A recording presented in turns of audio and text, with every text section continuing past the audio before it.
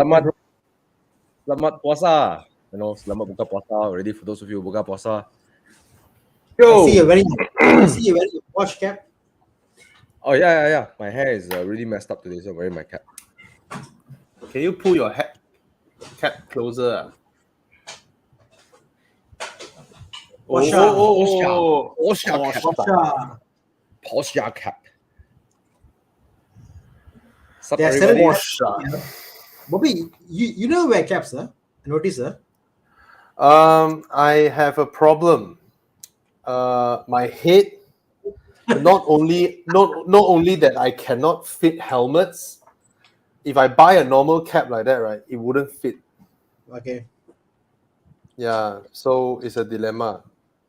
Okay. I would love to, but terlalu besar sini. Tak dapat muat. Fair enough. Let's answer our first question first. Basdam, DP Live Back Ignite Edition. What's Ignite Edition? It's you get a special burgundy leather, and then you get like special black wing mirror caps, and then you get 360 camera. You get some. Basically, it's worth it. I mean, 9,000, right? Out of your installment, right, is nothing. It's really nothing when you divide it across your installment, right? And you get 360 camera, you get larger rims, and then a special leather color. All this add up. Okay lah, 9K. It's not a lot. Yeah, 9K is okay now. Yeah. Okay. I think it's good. And burgundy leather. That's something pretty cool. Yep. Yeah. I mean, if you enjoy that, then spend the money, right? If it's something you feel like, it doesn't make me feel special, doesn't make me feel, then save it somewhere else. Yeah, it's only 9K for. It's not like 19. If it's 19, then you'll be like, No, put this way lah. For interior or leather, 3K will give you a cheap front leather, rear leather, cheap one. But 9K for a full leather from factory is damn worth it. Yeah. And then you get 360 camera. Yeah. And then you get larger rims. Just the leather alone is worth it already. Then the rims all is just plus on add on, so. Yeah. Go for it, man. Yeah, exactly. Or the rims alone is worth it already, Yep. Yeah. Let's see. Kevin, great to get over the Monday blues. Yes, if you know anyone, guys, if you know somebody who have any car buying advice, or you don't know what they're doing on Monday evening and they're a car guy, come and hang out here, right? Guys, they talk on the chat, and come log in onto Facebook at facebook.com/Horizon, because there you get to interact with other viewers as well. Okay, you get to interact with other viewers. Where in YouTube, you can't really interact with everybody. Okay, and that's where you make friends too. Okay, yeah. All right. So please share. Okay, next question. Yeah, help us share this, and I want to show everybody.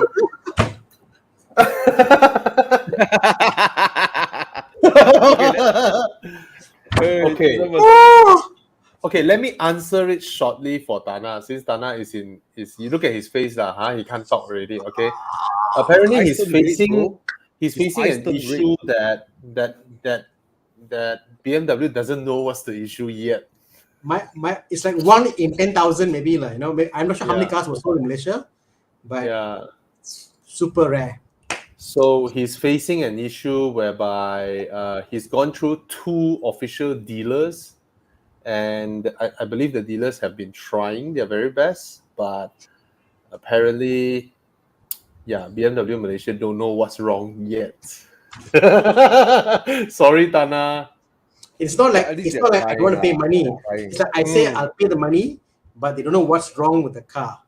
So so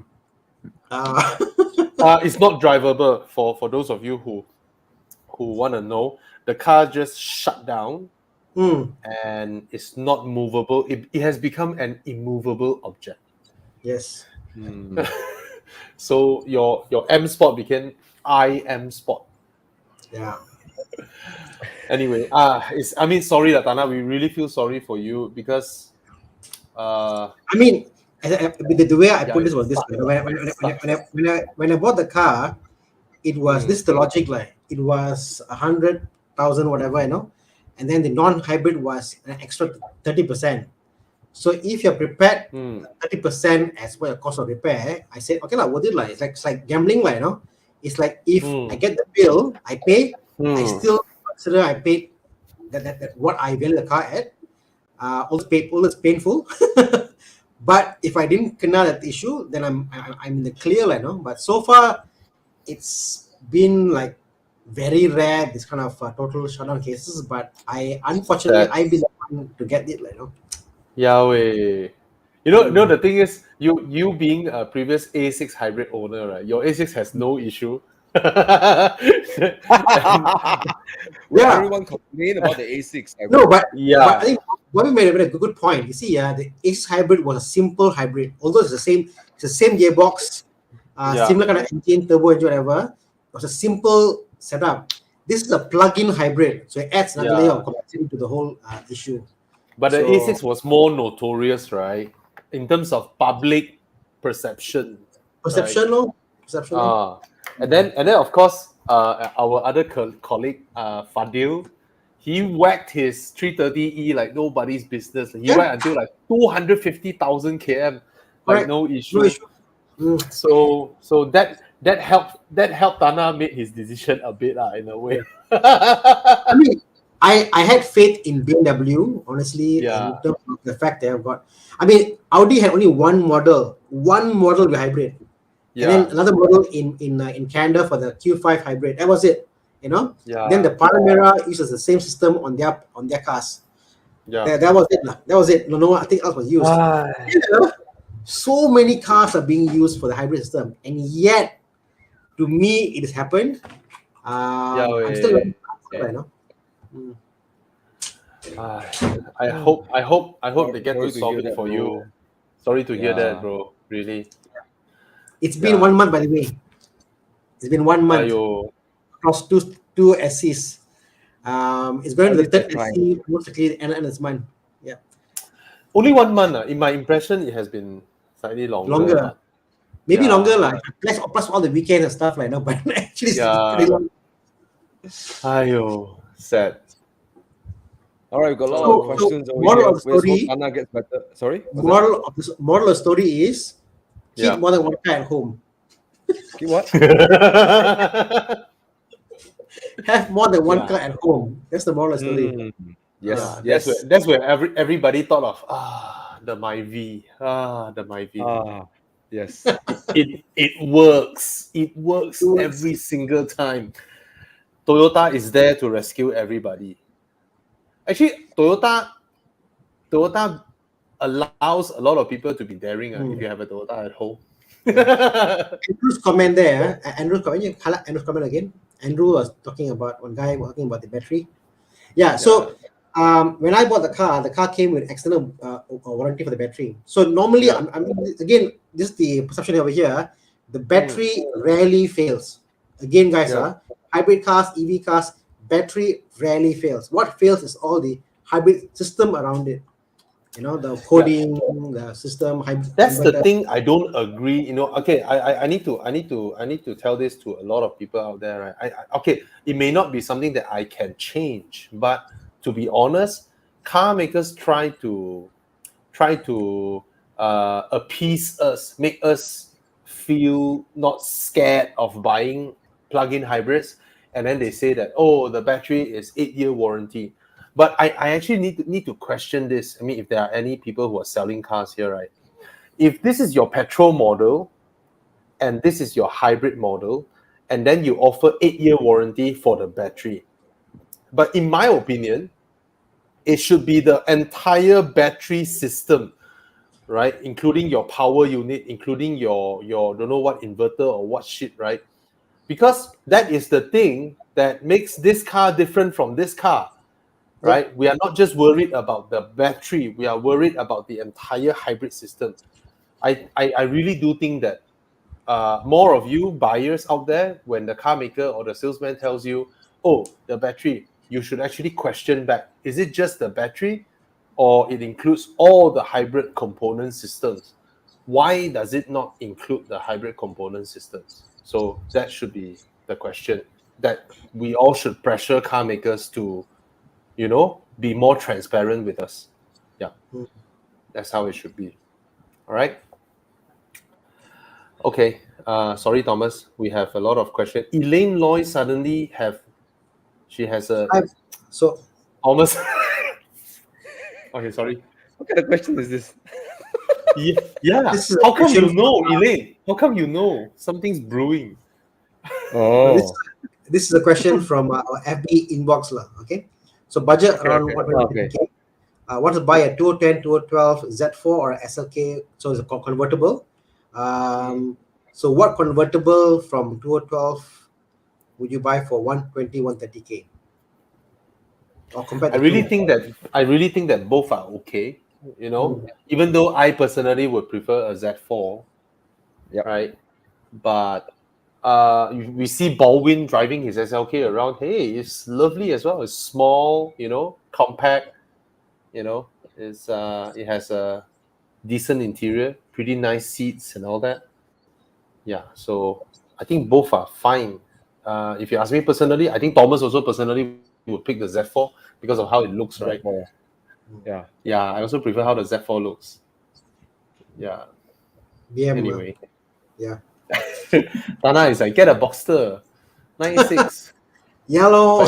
But it's cash lah, bro. It's cash lah. No, 2010, 2012, most likely the guys are buying cash anyway. You may not actually get a loan for the car. I mean, today we shared about the A6 C7 3.0 Quattro. I was like, oh my god. What the hell? 50K.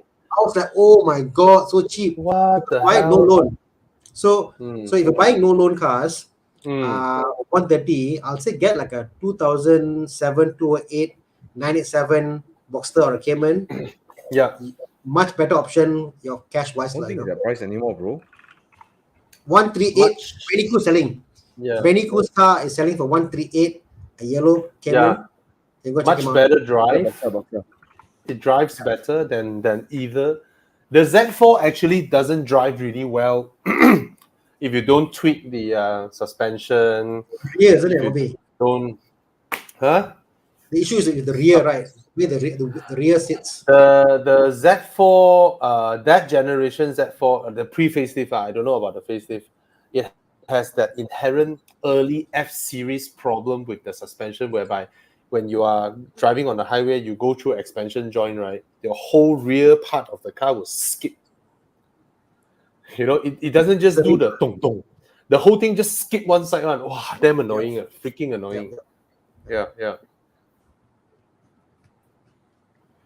Okay, so we go on.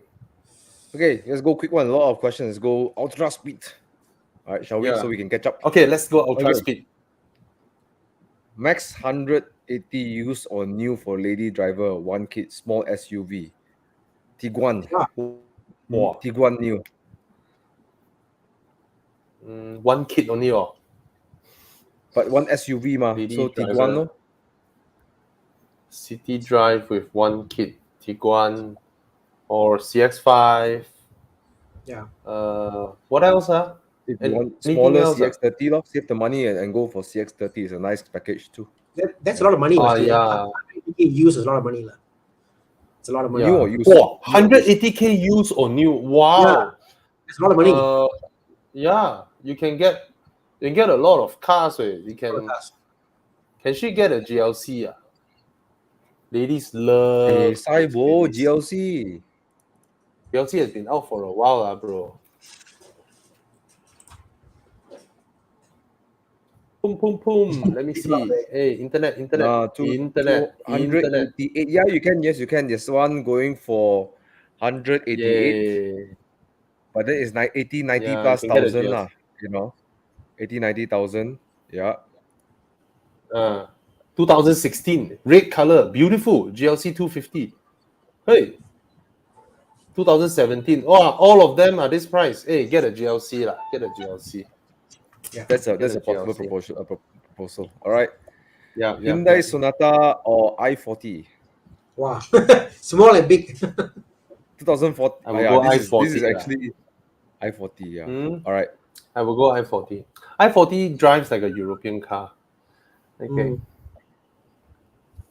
Should I go Actually, 2008? I'm really curious to see how Seltos is coming to Malaysia, because the Seltos, I feel, because Malaysia, we love our small SUVs, our crossovers. I think Seltos will fit in very nicely, you know. Yeah. The funny thing is, the Seltos was launched right before NASA gave up the whole Kia franchise. That's the thing. You know? Yeah. Yeah. I think Seltos will do very well. It's very selling very well in the US. Yeah. Yeah. But I prefer how the 2008 looks. I also prefer the interior of the 2008, the whole package of the 2008. You know, I personally prefer the 2008 over the Seltos. Seltos actually feels larger. You know, even though it's the smallest of their segment. Yeah, yeah. Because ultimately it comes to price, lah. Yeah. It comes to price. 120K. Any suggestions? Looking for budget. But this is quite wide. He already picked the leader of the segment already, right? Largest, most spec, you know, most spacious. The best buy of the segment is always the Civic. So you can't go wrong with Civic. Yeah, you can't go wrong with a Civic. You really can't go wrong with the Civic. I can't think of anything better if you're already driving a Civic. You know, if it's your only car, then I, unless you go 328i lah, but old car. But I think you know what? Don't go for keep the Civic. Yeah, keep the Civic. You know, Thomas, many years ago I wrote an article. I said, right, every young person should buy a Civic, because last time Civic's resale value is so strong, right? You can buy a new one at 120,000. You take a 7-year loan. By the 5th year, you sell your car, you'll be 40,000 ringgit positive. Basically, yes, you buy a Civic, you get full loan. 120K, you take a full loan, you take a 7-year loan, and then you pay the car, pay until the 5th year, you sell the car, the market value is 90 plus. All right. Wow. And then you owe the bank like 50K. Then you have 40,000 cash put inside your bank. Then you buy another Civic, you drive for 5 years, then you get another 40,000 saving into your bank. You can keep doing this. The maths is a bit out, but I get the concept. But Thana, think of it this way: you drive a car for 5 years, in and out, the car costs you 20-something thousand. It only costs you 20 over thousand, you know, because in and out, for your right? next car. Savings for your next car also, Exactly. I guess the same logic, like the Mazdas now, the Civic now, the whole price very well. It's crazy how much is a used CX-5. The prices are just holding. No point buying used nowadays. Yeah. So I don't know about the value, whether it's still as strong. Yeah. 3-door hatchback, no more lah. Where got such thing anymore? Megane RS. 250. Right. Wait. Used car, is it? Used car got lah. Yeah. Megane RS 265. Clio. I think Clio is 3 doors. Yes, Clio RS 3 doors. We heard our colleague just confirm 3-door BMW, right? Which colleague? No, secret. Really? Cannot tell. Don't know which colleague. I thought Alex. Anyways, 3-door hatchbacks. The other one you can look at. He skipped the topic, fucker. Wow. I'm not supposed to talk about it. I don't think Alex is the type of person, right? Like he wants secret. I thought it's confirmed. No. No. I haven't confirmed yet. Okay. Shut up. But yeah, you can. Those are the Megane RS, the Clio RS are great ones. If you're looking for lower budget, around 30K, 35K, look for a Polo 93N. They're all 2 doors in Malaysia. Yeah, Polo TPI. They're pretty fun to drive. Torsion beam behind, flies like crazy. Great car. I think it's a very, very, very well built car. Yeah, fun. I mean, it's hard to advise Arif without your budget. It could be a 30K car, it could be a 120K car. I give them a variety, lor. Yeah. Okay. Given that the Mark 8 GTI is worth getting the Mark now or wait a bit longer for Mark. So this is such. If you got the money, and you like the sophistication of the Mark 8 is very, very, very refined, go for it.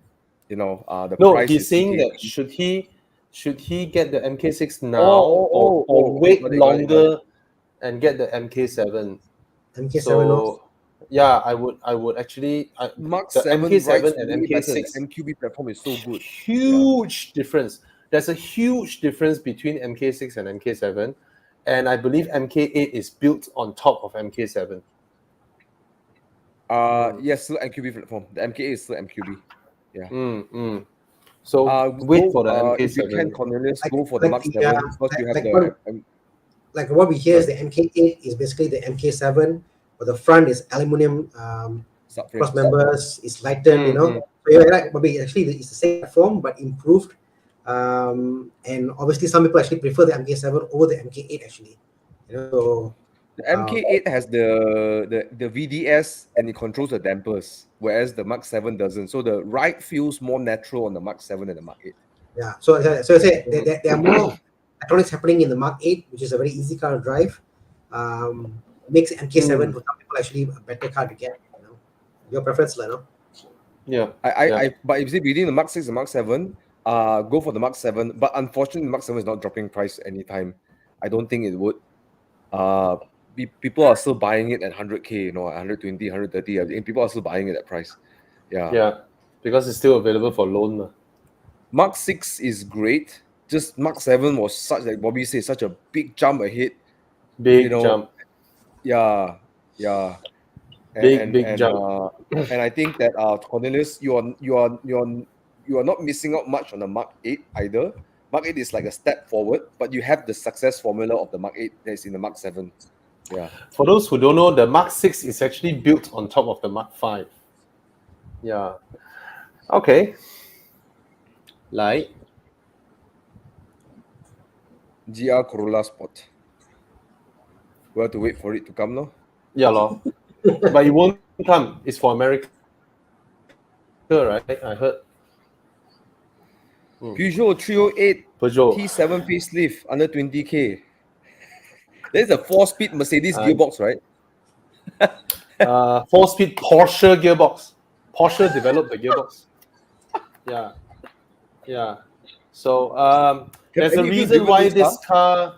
I've driven it. It drives well, but the problem is always the fact that it's gonna cost you way more than the price you pay for the car very, very quickly.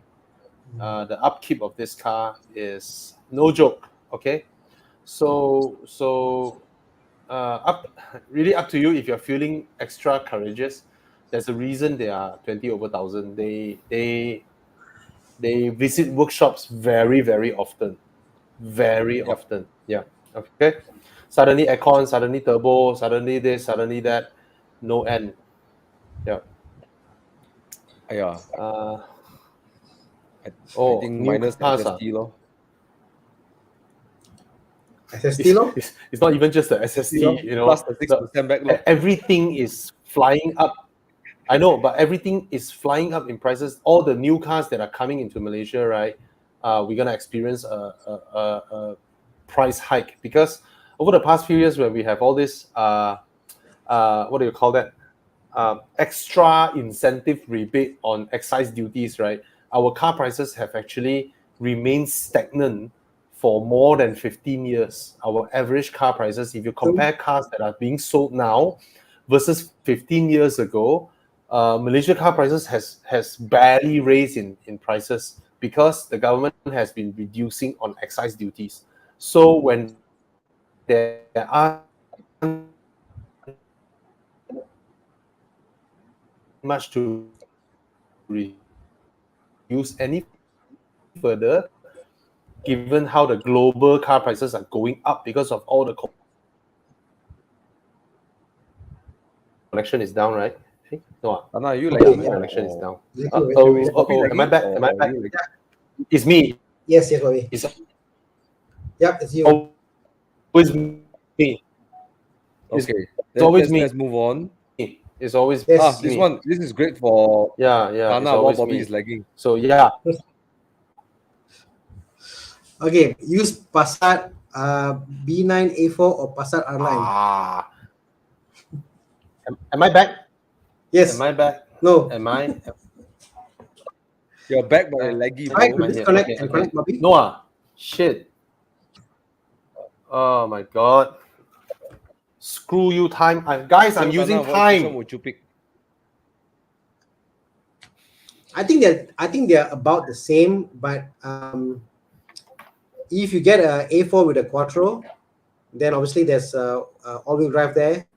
The interior is a little better on the Audi, but exterior I prefer the Passat's look like. So I think it's more of just what you're into, like, no. The Passat drives very easily. Passat, the way it drives is very comfortable. Am I back? Yep. Am I? Yeah. I am? Okay. Sorry. Okay.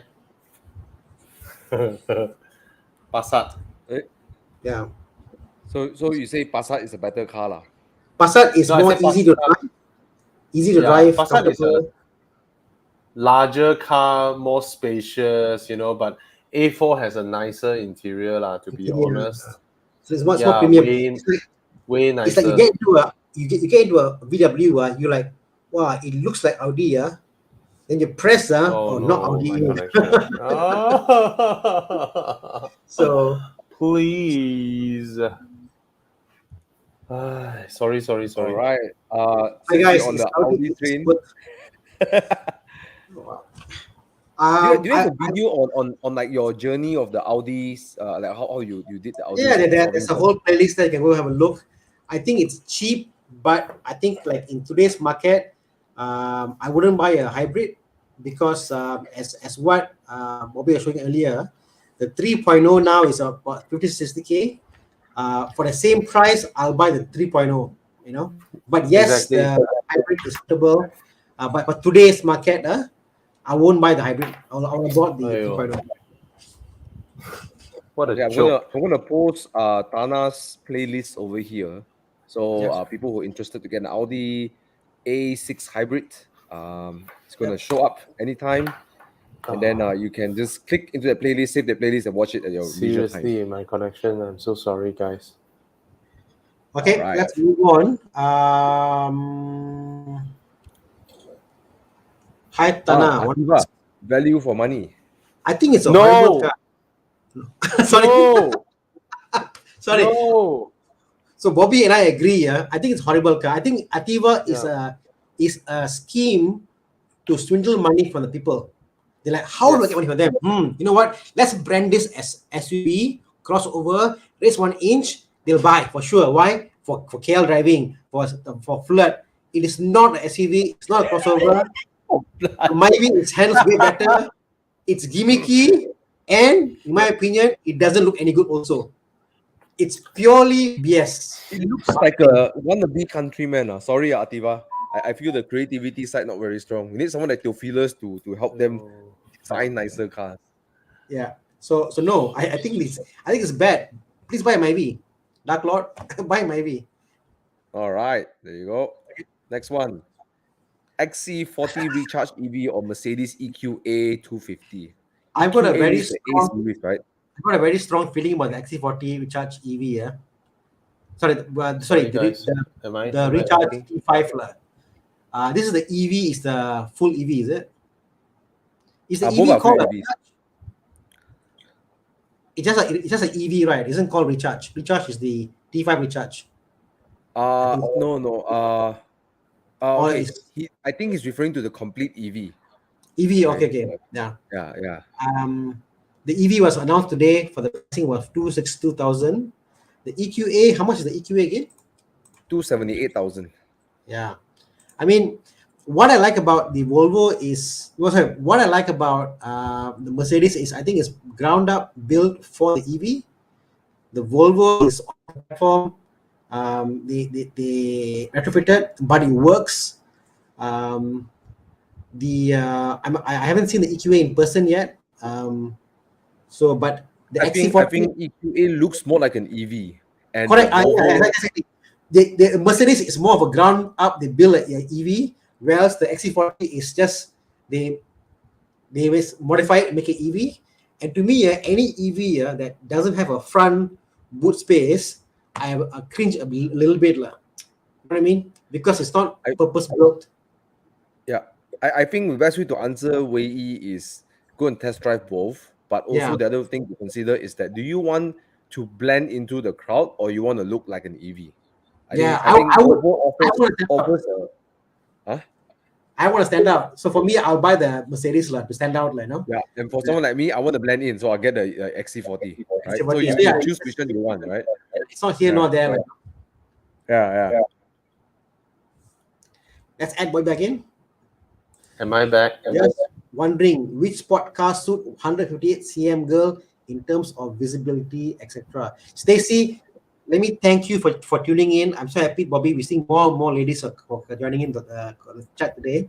But on that note, Bobby, I think the height isn't a big issue, isn't it? When you're tall, it's an issue. When you're short, somehow you can manage and drive a sports car, isn't it? Because they're all loaded. No. The other problem about short is that your leg can't reach the pedal sometimes. This is a serious problem. Yeah. I got people who are very small, who can't sit, who can't hit the clutch of my Spider. What, 158 would be like Rachel, is it? 158, let's see. Rachel says she's 160. Okay lah. 158 is 5'1", 5'1". So about Rachel's height, I think Rachel has driven most of the cars that we have, so can get away with it. I know a car MX-5 is perfect. MX-5, yes. Yeah. And if you want something really MX-5. special that's super cool, go for the S660 or the No lah, that one is cool because if you have a GTR and you buy a 660, that one is okay lah, flexing lah, you know. Okay. Get an MX-5. Get an MX-5. And yes. ND. MX-5, SLK, even a Boxster, the seats are very, very adjustable. So you can fit well in a Boxster, in a SLK, in an MX-5. Trust me, when they design these cars, right, they think of woman first, then male. Yeah. Stacy, you're about my wife's height, and my wife fits the Boxster perfectly fine. So yeah. There you go. Yeah. There you go. A lot of options. They think of woman first when they design these cars, not men. So I say mostly people who are tall have issue getting into cars. Yeah. Okay, we are like sorry, we are 28 minutes behind. Okay. Okay, come. Let's speed up. 2007 Cayman 2.7 worth to get additional collection and fun car. Currently, we have a CLS W218, A-Class W178, Civic Turbo XC. Bye. Yeah, it will be a nice different factor for your family. Yes, go for it. Yes, bye. Okay. Get a Boxster. ISF 2020. Oh, that's quite steep. Wow. Quite steep, but it is steep. Lexus is expensive, and they haven't brought it in yet. And if you really like it, get a M340i. How about that? Yeah, but there's an obvious reason why he wants to ask this, because everyone has a G20. Some people just like something different. So like I'm one of those. I don't like to buy cars that everybody has. Correct. The C8 costs a lot of money. Yeah, expensive way. Expensive Audi, don't buy. Right, the 400 over, right? It's more than 400k, right? 600k. 585k. What? Yeah. That's a joke. If you can, okay, maybe he's okay. Let's just assume this gentleman is not from Malaysia. Okay. Let's assume that it's. Oh, okay, but okay. So go ahead. Not from Malaysia. Let's just judge it by not the car price, just looking at the car and probably some of you driven. Okay, I've driven the C8. I've driven both the G30. I prefer the BMW, and I like the C7. C7 I think is brilliant, but C8. Bobby, I'm right there. Bobby, you think I'm lying? Is it? They didn't put the 2 liter anymore. They only put the 3 liter, and it's at 600k.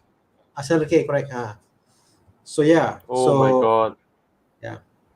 It's very costly. The BM is fantastic, lah. Buy the BM, lah. You know. Yep. Okay, Okay. there you go. Okay. 350E. MILF. What's MILF?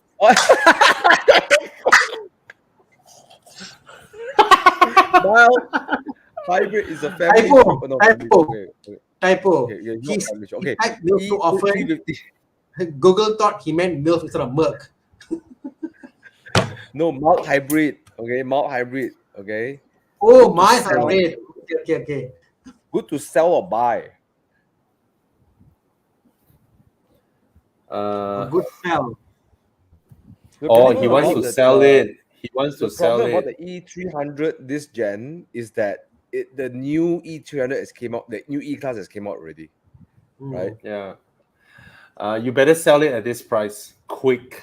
You better sell If you can it. sell Just it, sell I it. think because the new one is priced at what, Quickly. 380, right? 300. I don't know lah, but to me the E350 hybrid, if you are able to sell it at 270K, you better dump it quick. All right, it's gonna go down like, so just dump it. 270 is still very good money. Yeah. The issue of all this cars will be when they say 380, that means it's 340 or 20, because why? There'll be a pre-reg car in the showroom anyway. So you got to compare your car with a pre-reg car in the showroom, and then like you can't be selling at that price. So you're hard like. Yeah. You better quickly sell it. Okay. All right. Okay, move on. Let's move on. What's next? Come on. Hi guys, let's not talk about any BMW coupes. All right. That's just saying. All right. Quick. All right. What's that? A5S Line Quattro F30328i. Or should I hunt for a drop top? Hey bro, if you can have a drop top in your life, it means that you don't need all the space and you love driving. You gotta have a drop top once in your life, man. Right? But it's also his first content car. Look at his car behind him, bro. Yeah. You know?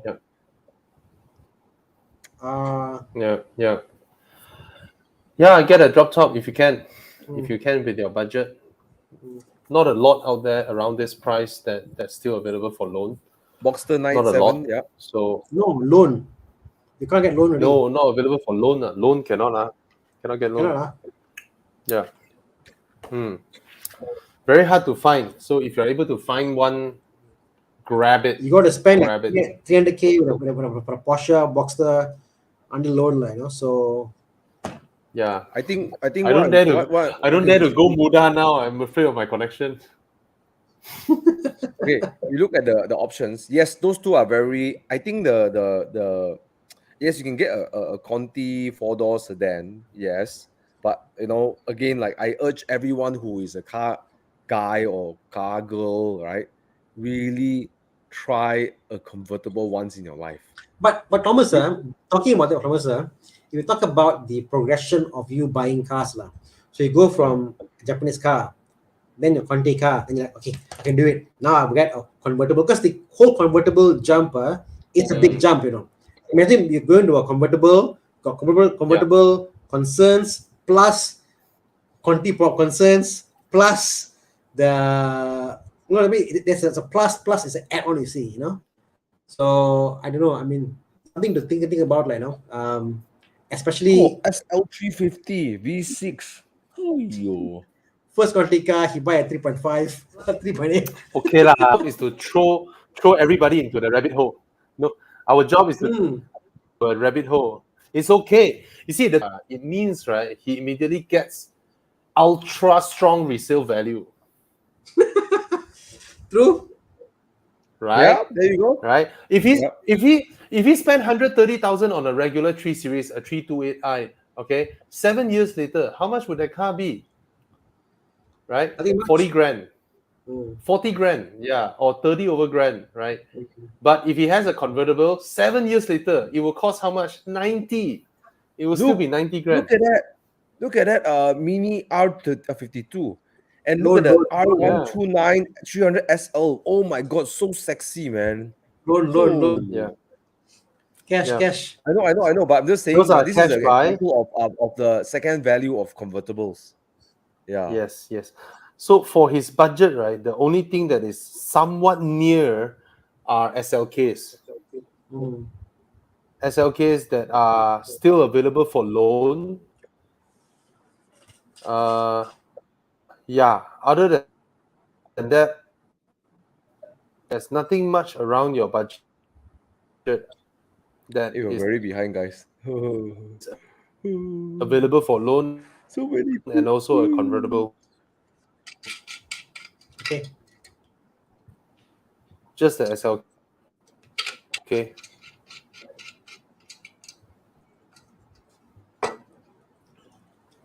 Next one. Yeah. Okay, next one. Yeah. F-Pace. Yeah. Really bad in quality. So let's move on.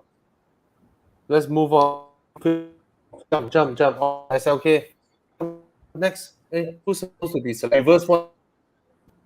From Singapore, new Jaguar F-Pace really bad quality. I know Bobby has his review on this. Pyong Jian Hui, check out Bobby's review on his YouTube channel. No, during the oh my god, he's Your lagging, line is bro. down. Bobby, He's lagging. it's really bad. Yeah, it's okay. We will help out with Bobby by giving Okay, so I guess the question is F-Pace quality being bad. Again, GLC and Macan. I guess the GLC Mercedes people have more centers to service them. Macan more people know to fix them.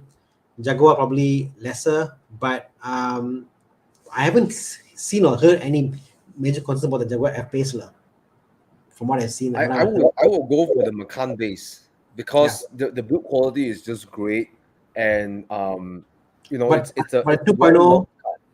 It's a 2.0. It's just basically an Audi Q5. It's but it's a brilliant. You can't deny it's a great chassis. Great chassis. Yeah. No doubt. The GLC coupe and the Macan will be probably more reliable. You won't have any issue with the car. Super solid. But yeah, I guess it's more of what you want to get. You can't really say much about this. I think you want something special, go for the F-Pace. But Yeah, I heard the interior isn't that great. But you can check out Bobby's review more in depth. Pek Hian Chen Hui. But yeah, if you want to be special, go for the Jaguar. You look special for sure. You want a safe choice. I think GLC Coupe and Macan are safe choices. Yeah, you can't go wrong with those two. Okay, right. Next one.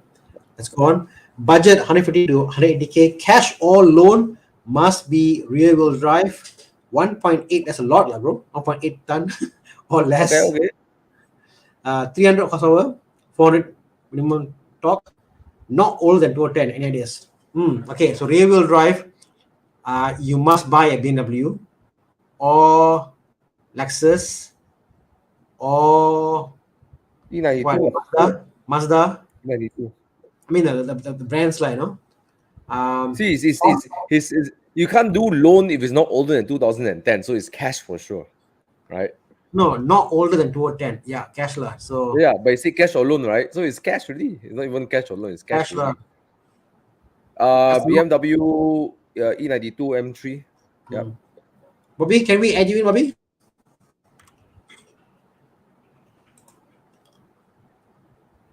You're in. Yo. Bobby. Shit, I cannot hear you all. You can hear us now? It's like maximum volume is like super duper soft. Yeah, it's the volume you all watch porn with. Oh, okay. I only put the mute. There's a suggestion of sound, but that's it. Okay. Shit. E92 M3s are running out, man. Okay, this is not good. I'm gonna reconnect from laptop. 300 horsepower. Yeah. E92 M3, E92 335i, N55 goes more than 300 horsepower. They are light. Yeah, look at that. Look at that one. I like the way you think, Yeah, Thomas, I like the way you think. Yeah. If you're going to pay cash, don't pay that much cash for an old car. Make sure the car won't depreciate, high horsepower, and want to drive, E92, E93 is I think the best bang for your buck. Hey, it's one convertible, man. Hey, man, Lancewood, we got you your car. Go for it. All right. Is it manual? No, it's DCT. DCT lah. I saw the gear knob. Yep, DCT. Yep. Yep. Okay. The only caveat is the cabrio is 1885 kilos. Okay, but hell, I tell you what, extra 50 kilos, whatever. All right, it's a drop top, man. Come on. But the coupe is much cheaper, right? Coupe, not much on stock these days, but yes, it should be cheaper. But the cabriolet will hold value. Again, it's a convertible, so yes. Okay. Yep. Okay. This one up to you. Which one you want, no? I actually got on serious note, I got asked this question before. Yes, on last weekend drive. I think it really much depends on your driving style.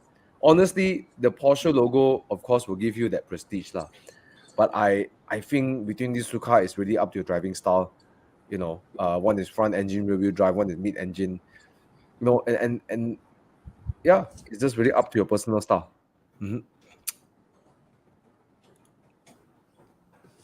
Yeah, this is a 2.5 GTS.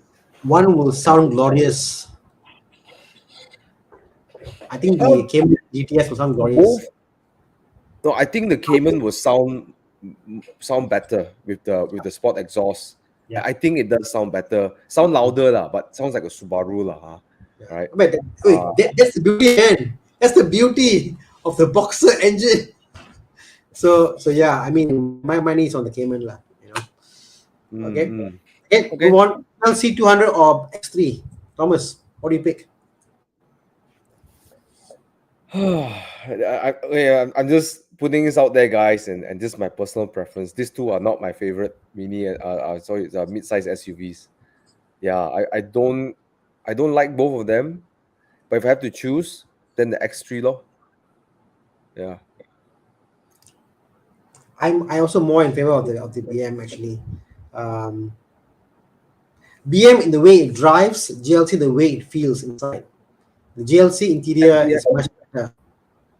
But the BMW X3 has a nicer ergonomic with the car. It's more familiar to what a car should be like.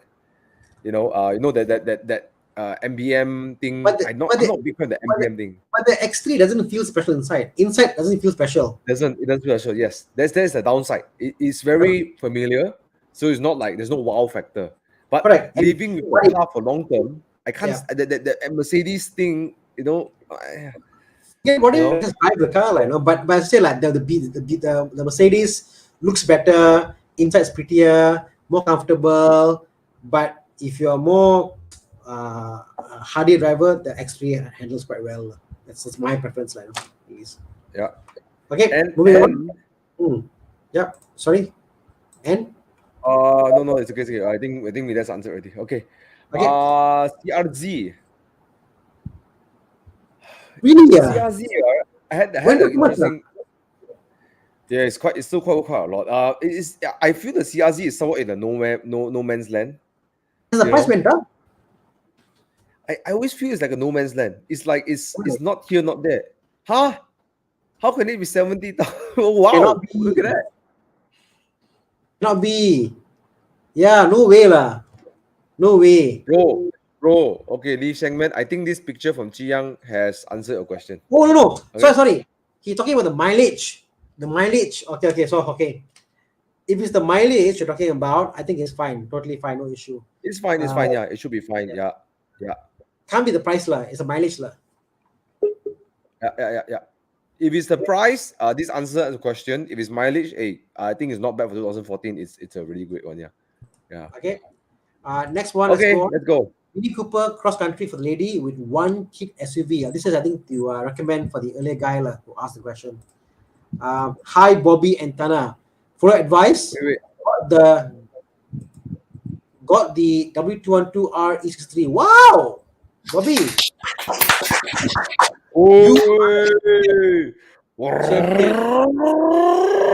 Please join us for drives, please. Where are Please you? come and bless us with your noise of the engine. Please. Yeah. Yes, please. Okay.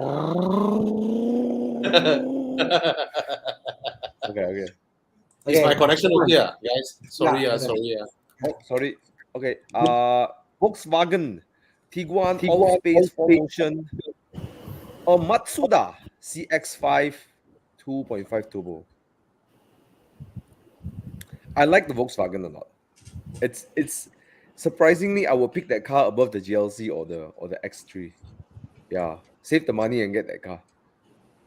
Yeah, I like the Tiguan a lot. If you're a person with at least 2 or 3 kids, the Tiguan All Space is a no-brainer. Like, you must get the. It's a much roomier car to get. Like. The CX-5 that's feel a bit tight in the back if you got kids, but if you got no kids, you're alone. You want something very fast, fun to drive. The CX-5 is bonkers. The 2.5 is like so fast. Brakes are underpowered. So more of your driving feel of what you want, like. But if you're the facelift looks good. Yeah. If you have no kids, get the Mazda. If you have kids, get the Tiguan. The facelift Tiguan looks damn good. Yep. Mm-hmm. But I've owned like one before. I love the Tiguan's platform. Again, it's a very nicely built car, and yeah, tuning is done so well. But like Thana said, you want like bonkers fast, go for the 2.5 turbo lah. Actually, I haven't driven that car before, but I hear everyone who owns the ZX5 2.5, right? They all say like the car flies like a rocket. When we drove the car, it was back to back. It was this week, and then the 2 weeks later we drove the 2.5. I was like, wow, so different the cars, Crazy. It's a bit like muscle car. Like they dropped the engine in and then they did not do anything else.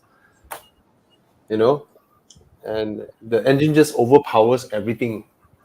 Yeah. Oh, David D has a very beautiful picture. What is that? So Alteza. Okay, been researching Alteza for a few weeks. After watching Thomas' video, it'll be weekend fun car only. Hey, I think it's a good value for money JDM. That bloody Beams engine, that 3GSC or whatever you call it, that the dual VVTI. Hey, that the smoothness, I tell you, that's Yamaha's input. That smoothness is Yamaha's input. Yeah. You know the engine, guys, those of you who don't know, the engine is co-developed with Yamaha, and then Yamaha developed the pistons for this engine. And they also play with the air feed, I believe. Yamaha makes great engines. Yeah. Just for everyone out there, please consider the droning of your exhaust if you want to mod it. Because when I drove this car, the car was droning. Don't mod the exhaust, please. Oh my god. Yeah. Oh my god. But in terms of cornering handling, you probably have to stiffen up the car a bit. You have to probably do anti-roll bars and stuff like this car one. But really, the chassis has a very, very nice balance. It feels tighter than the E46. I feel it's more tighter than E46. That's what I like. E46 has better steering feeling, but this one is tighter. The chassis is tighter. Yeah. Okay. Like go on. Abing, man. I feel like an Abing driving the car, bro. I feel like an Abing. KJ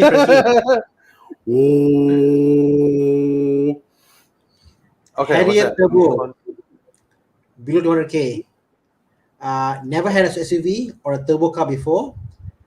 Turbo Harrier is reliable, and people say any Harrier is prone to gearbox and aircon issues. The NA Harrier always is older, old car problem, so you can't compare. New car, less problem, I guess. What to say? Don't know, man. I mean, we have no idea, but you're comparing between Toyotas, so you're looking at the three of us who are unlikely. We are unlikely to be afraid of Toyotas anytime soon. Yeah, it's like there's a lot of things out there that we are not afraid of. So Toyota to us is like, huh? I've come to a point. I say I want pain. I got a hybrid now. You know what? I want more pain. I want more easy pain. I get a V8 instead. I think so now. I prefer a V8 pain compared to a hybrid pain. So go ahead lah. I mean, if your choices are Harrier, right, whichever suits your budget, you think you want to buy, then just go for it. I Someone mean, 21719 is under warranty. Or you can get the car under warranty anyway. So I don't see any issue getting that car. Like, why are you here afraid of anything? Fully covered. Go ahead. Yeah.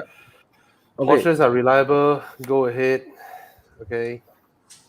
Just always, if you're buying an older Porsche, always check the previous service schedules, right? So just make sure they are serviced once a year, because sometimes they're weekend cars, and then they say, oh, I traveled less than 2,000 km, I'm just going to continue driving the car. That can cause some issues. So just make sure that they're serviced. If you don't know what's the service schedule, take out the service manual or take out the owner's manual inside your car. It will tell you when should you change things. So make sure that if those things were matching the service recommendation from Porsche, it should be reliable. Okay, so I can't say a rule of thumb. Generally, they are. I mean, my Spider, I push it. My old F22 coupe with the 3-liter one, I pushed it and it breaks down often. Okay.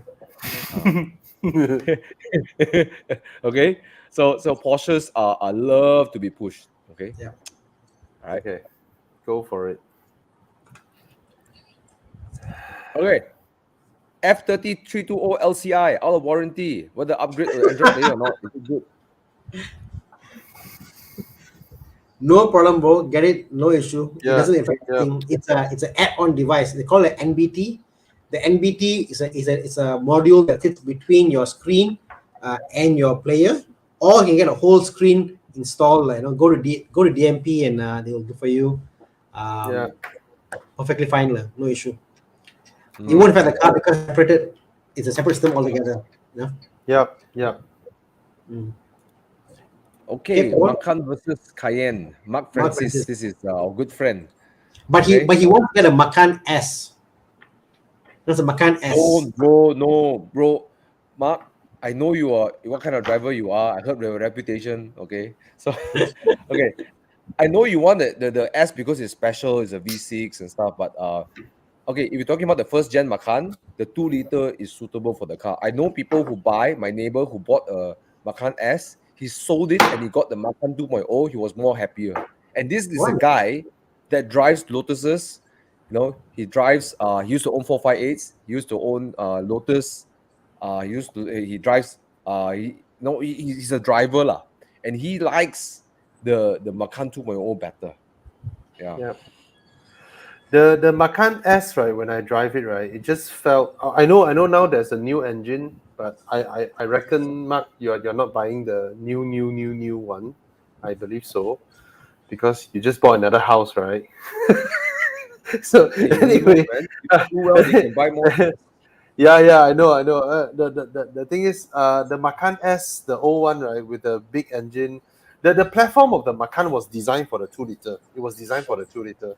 So when you drive with the 2-liter, right, the car feels like a Golf GTI. It's like freaking agile. So that's one thing. But the thing is, you already have a TT, right? You can. It's for Dinah. Yeah, I think okay for the lady, then Macan lor. Macan. Ladies driving a Macan is sexier. Yep, go for it. All right, go for it. If you do need extra space, go for the Macan. Yeah. All right. Any comment and advice for the F32 428i? I think they're in good price now. Yes, if you fancy a good coupe, yes. Like 130K, 130, 140, they should be around there. Yep. I think it's a great value. It used to be 420 or something, like some ridiculous price when it came out. Yeah. Yep. Get it. Make sure you do PPI. Yep. Buy. Yep. Oh no, that's a Gran Turismo. This Gran Turismo. Okay. Is it 130K? It's just 420. I'm talking about the 428i. Bobby, it's funny, we see this question come every week, and every week we see the price. The price hasn't dropped every week. It's the same price, week on week. I would go for it. If you, I think in this size coupe, compared to Audi A5, and I mean, Mercedes C Coupe, this is probably the best package. Size, comfort, gearbox, the engine gearbox tuning is just a great car. Yeah. See, Chiang, you scroll up a little bit. You see, that's what I always want to tell people. A lot of people see, oh, enough. You see, a lot of people see, oh, okay, my budget is 420i. But little did you know, a 428i is around your budget as well, right? Always use your 320i budget to buy a 328i. You will get it one. Trust me. Okay. Okay, come. A45S or M135i. Wait, the M135i. Yeah, this is not a fair fight. One. It's not a fair fight. This is not a fair fight. The A45S will smoke the M135i. No question. Okay, it's not in the same category. And then you save a lot of road tax in the process. Wait, is the new M135i 2 liter as well? Yeah, X-Drive. But you must understand that the M135i is not a full M car. It's an M performance car.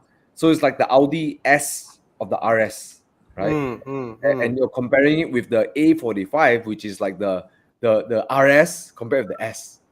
It's like RSS, another S on top of it. Then you compare with that. I cannot tahan the looks of this car. Please get the Mercedes. Yep. Please get the Mercedes. Oh my god. No. Hurts my eyes. This 1 Series hurts my eye. Yucks. Okay, any workshop to recommend? If not, we move on. Go and see Con and his place there. Con does help you connect with workshops. I cannot believe there are people who have an Alpha who doesn't research the workshop first before you buy the car. Yeah. Most Alpha owners will find for workshop first. I can't believe there are any Alpha owners who are not already in a club complaining about the Alpha. So there you go. Yeah. Go see. Okay, there are a few. There's a Megatech in Oakland Road. All right. Or you can go to Good Works in Petaling Utama. But I'm saying on the basis that I'm assuming you're from Selangor, KL. Not a lot left, but yeah. I mean, you can find all this. Just join the Italia Auto group in Facebook. You can find a lot of resource, or you can go to Con. Okay.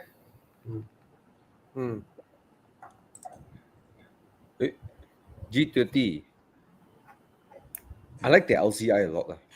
I think it looks a lot better, and on my test drive, I felt it drive better too. Like yes. The old G30 felt like a bit Camry-ish around the corners. It likes to roll around in the corner like a ball. Where the LCI, surprisingly, it starts to sit in the corner. I really appreciate that. Yeah. Yeah. So go for the LCI. I think it's a I think it's a better looking car. And you got so much more iDrive, upgrades and stuff like that. For me, just the looks of it is just a winner. It looks so different. The same head, same front with different lights, but it looks so different. So yeah. If you can afford it, I think it's the question if you can afford it and buy it. No. All right, let's move on. Okay. X3 230 2014 Macan.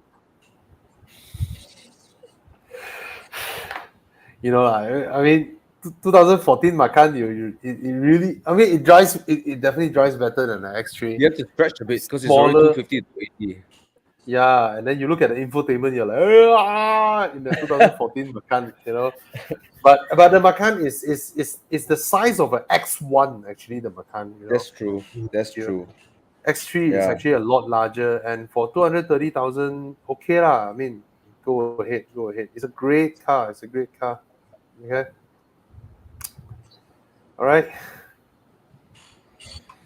Macan very small. Macan is very small. But the Thomas X3 will always get Macan.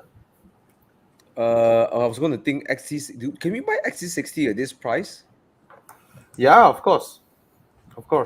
Is the T8 law? Yeah, I think Yeah. Hey, I tell you what, X360, the interior, feels so nice. I love it.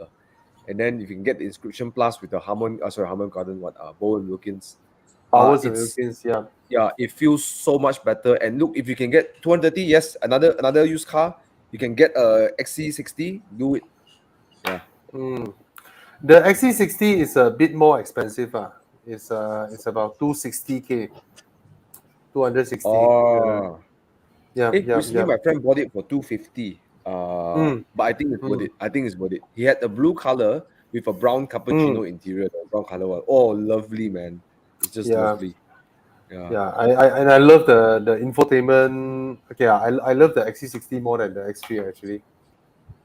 All of us do. I would take it anytime. All of us do. Yeah. Okay. Okay. E36 good project car. Thana, where's yours? I've driven the manual T28. It's fantastic. It's amazing. It's very the T28i manual is more tail happy than the 318 because I know there's a way it drives, the way it pushes, whatever. Fantastic car, buy it, man. I mean, you will love it. The community is so good, supportive. A lot of things you can do with the car, and it's very cheap. Go ahead. For those of you who are looking for an old school car to work on, I agree. Thana 328, 3236 is such a good car to have. It is so light. It's like what 1.2 ton the car. Can you imagine sedan? 1.2 ton. Oh, get this. Can you imagine a rear-wheel drive car sedan with a BM obviously driving feel and the E36 what they call they had the multi-link suspension of the rear, but weight, the best part, 50-50 weight distribution on the 318. 50, can you imagine a sedan car 50-50 rear-wheel drive front engine? It was ahead of its time. Yeah. And when you go for 328, it becomes more like 5-48, a bit rear-wheel bias, but still for a car sedan, any sedan, that light, that weight option, it will never be built again. Never again. So once a lifetime, get it, buy it, you won't regret.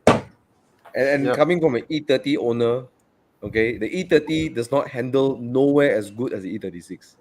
The E30 is not well balanced. Okay, it's flimsy, and when you put it on high speed. Thomas, don't humiliate me further. I didn't. Why you so stupid? I'm not humiliating you. So Thana, the other day, right? Thana, let me tell everybody a story. So the other day we were at Karak, okay? I'm driving my 6 Series with my top down. All right. And then behind me is a Ferrari Lusso. Okay, a Lusso GTC Lusso T. And then when we arrive at that place, right, the Ferrari guy is like, wow, Bobby, you're driving damn fast, way. 170, 180 around the bends, way. Oh, I find it hard to keep up. Then I was like, bro, I was trying to chase the E30 318i in front of me. I couldn't chase it. All right. Thomas is like driving balls out. And then Thomas said, hey, no, Bobby, you have to know, my Ecopia tires. I'm like, fuck, you're on Ecopia tires some more. And then later on, he said, you know, my drum brakes heat up. You are on drum brakes. Can you stop humiliating me? And then today he said, E30 chassis are not very balanced. I tell you, this guy is crazy. But the other day I was out with Mark and all that, like going to Uliam, and wherever there's a hill climber, the 318 suffered. I cannot go up. I cannot catch up because but come down here on corners, you had it lah. I was going all out, curve. My God. The way it drives, all BMs, the weight distribution is fantastic. Yeah, but guys, really, if you're into driving and you don't. Although I know you like the E30, like it looks cute, right? Because it's squarey and stuff. But the E36, right, in terms of driving dynamics, is like one millennia forward from the E30. Not saying the E30 is bad in its dynamics. Just the E36 was so good.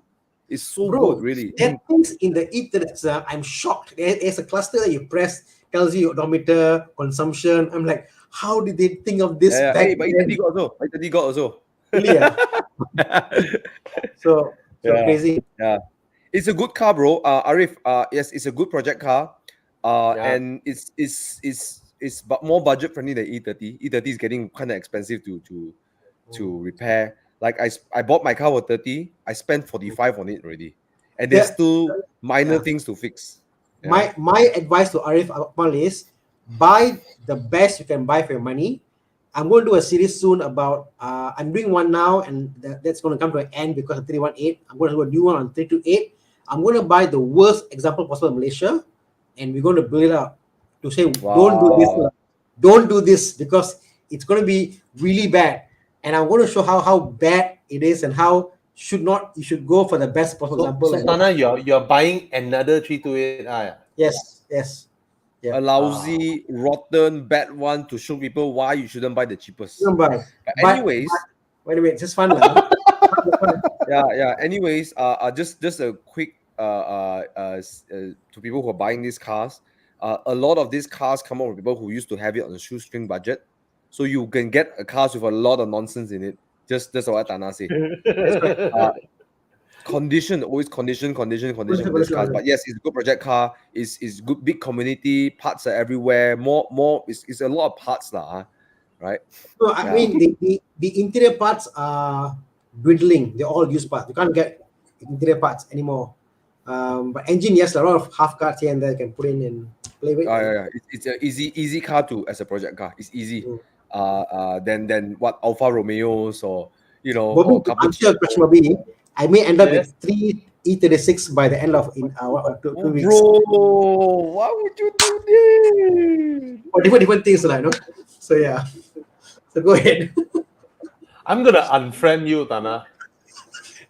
It's like, what the hell is up with you guys? Because one is going, one is coming, and then all that. I know, so one is sharing. Yeah. You must be exceptionally good in bed to get the permission to do all this.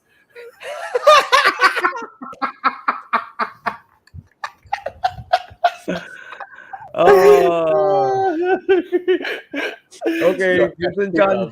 Yes, it's available as long as it's not more than 8 years old. Okay. Yeah. Right. Yeah. Okay. Okay. Either he's a very good in bed or he's a very good persuader, Okay. How old is Jetta now? Old Jetta? What year, Vincent? What year? 2012. Yeah. 2012. So if we get the later models like 2014, I think can. 2014 also got 15 also got actually Jetta.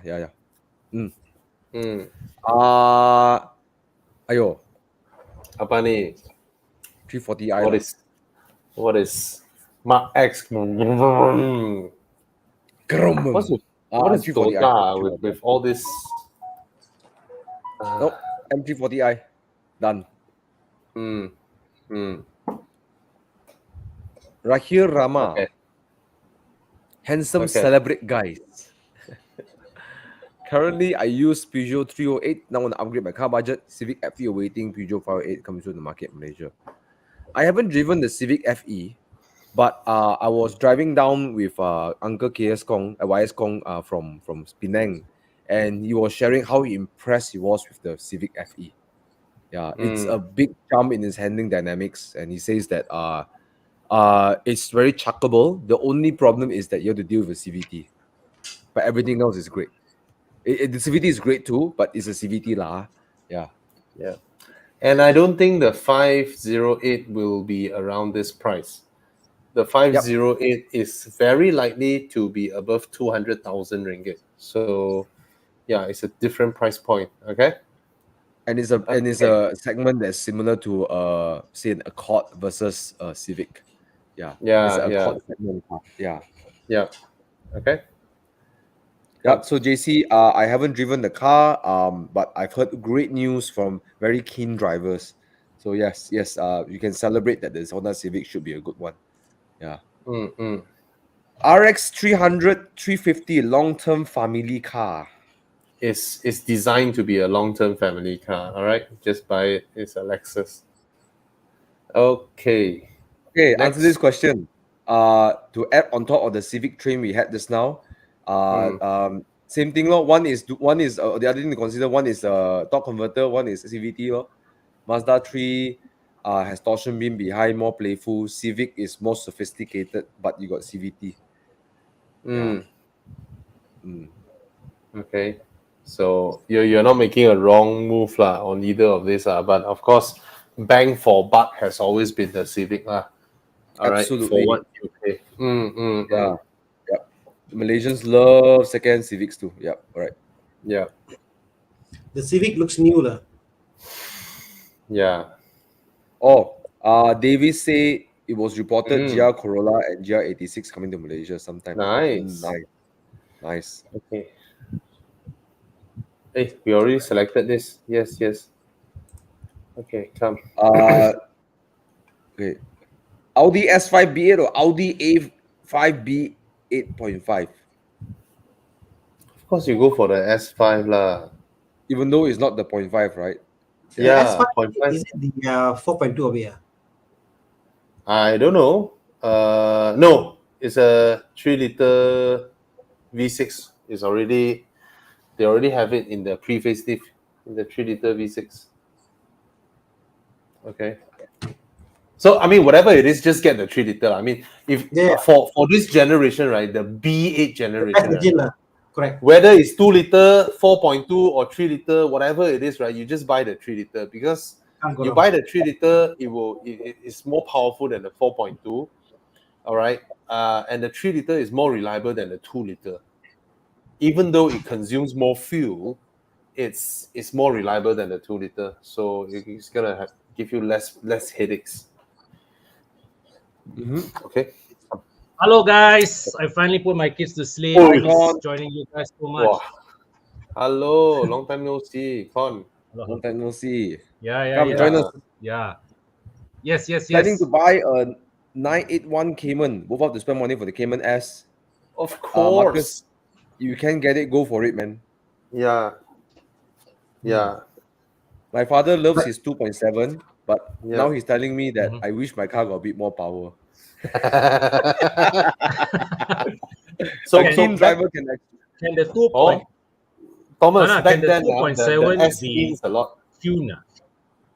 You can tune the car, but I think the reality is with the non-turbo Porsche engines, it's still an NA. You still need to be a good driver to pull the rev up, enjoy the car. But honestly, it's a different fun. So a smaller engine is actually lighter. You feel different. Big engine, more power. If you got the money, honestly, go for the Cayman S once and for all. So you get very, very minimal gains for an NA, right? And it's still a 6-cylinder, 2.7 6-cylinder versus a true 3.2 6-cylinder, right? It's likely the stroke, So what you get though is like improve brakes, improve air intake, improve exhaust. All those adds up. Interior will differ also. So you buy for that. Thomas, that generation, right? The S is 3.2 or 3.4? 4. 3.4. Okay. So it's 3.4. All right. Looking at okay. 275 versus 320 horses. So let me put to a different point of view, Bobby. That 3.4, the same engine that was in the earlier 911, correct? Yes, it's the 911 base model engine. Correct. So imagine you're buying a Cayman with a true 911 engine versus buying a detuned Cayman engine, So they always recycle the old 911 engines into the Caymans. Correct. Caymans and so S is proper 911, Yeah, get the S. Okay. But having that said, the base pack is also nice to drive. You gotta just keep it on a good rev range and drive it. Because the Cayman and what, Boxster 300? is memang you really, Sorry, the horsepower for the Cayman 2.7. 2.7 cannot be 300 horsepower. No, Bobby. I don't think it's that much. Let me check 1 second. 2.7 is 2.6, Bobby. 2.6. Yeah. Okay. And respectable. And the S is 311. There you go. Okay.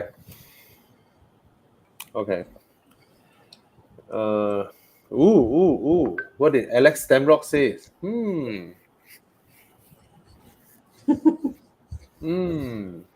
Wow. Okay, just reading something. Alex Nothing much. can Just Alex can reading. say M2C is too much.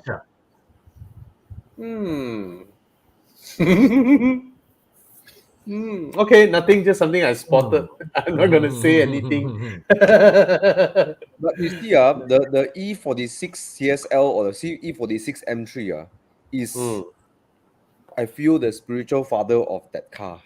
So it is more raw, lah. Yes. Yeah. I always felt that the E46 M3 was, for me, like the poster M3 lah. 6-cylinder, tight, small chassis, short wheelbase. You know, yeah. Individual That's why throttle bodies. I like the F22 chassis a lot lah. That's why. Okay. Okay, I'm not moving gonna on. say Let's, more. speed up. Okay, given a choice, S90 or 5 Series. Bobby, what's your pick?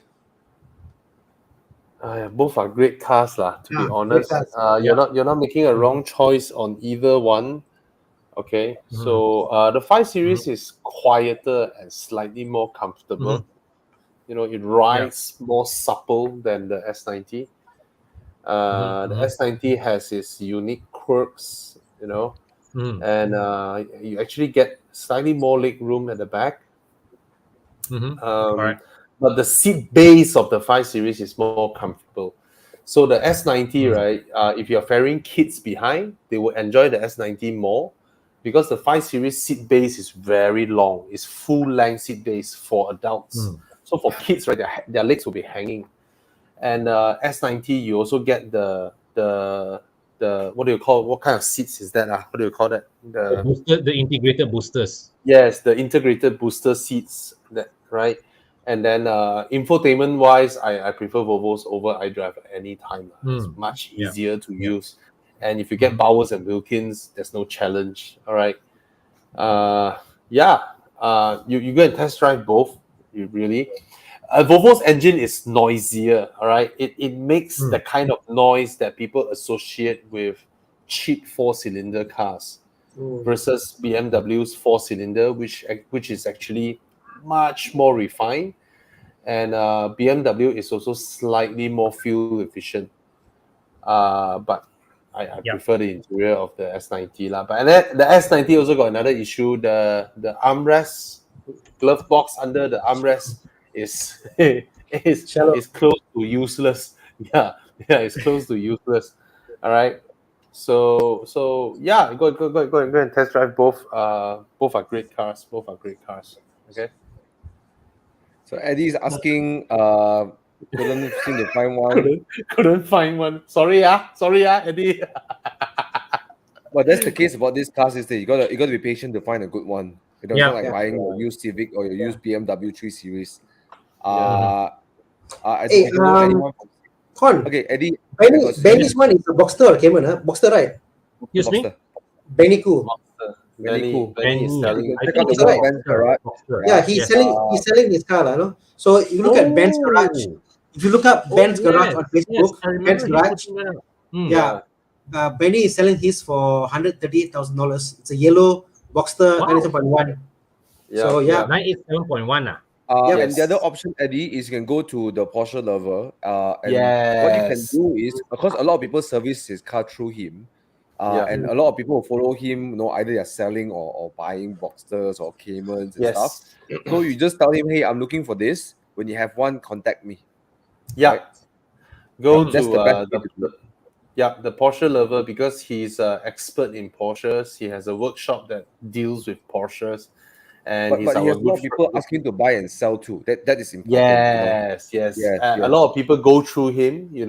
He's helping them. He's facilitating them, and he also does PPI before you buy the car. He does the PPI for you. So yeah, go to them. Go to. Sorry. So go ahead. The best and go to what? Yeah, I mean go to the Porsche Lover. Yeah.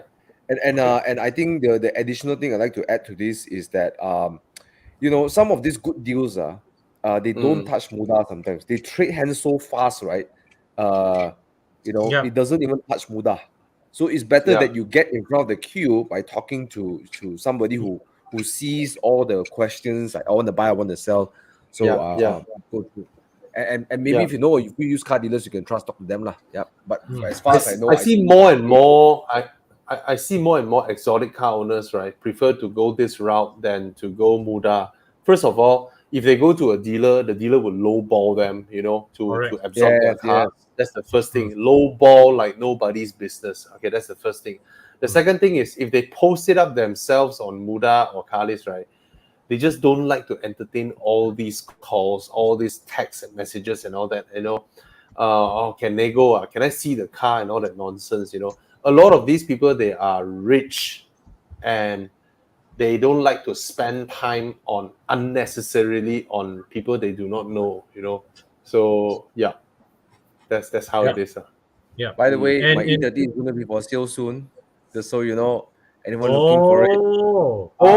Fully restored. I'm going to hand it over to Bespoke, Dave at Bespoke to help me sell it. Yep. I wonder what price you are thinking of letting go at. Your price needs to be more expensive than any other E30 out there. 58,000.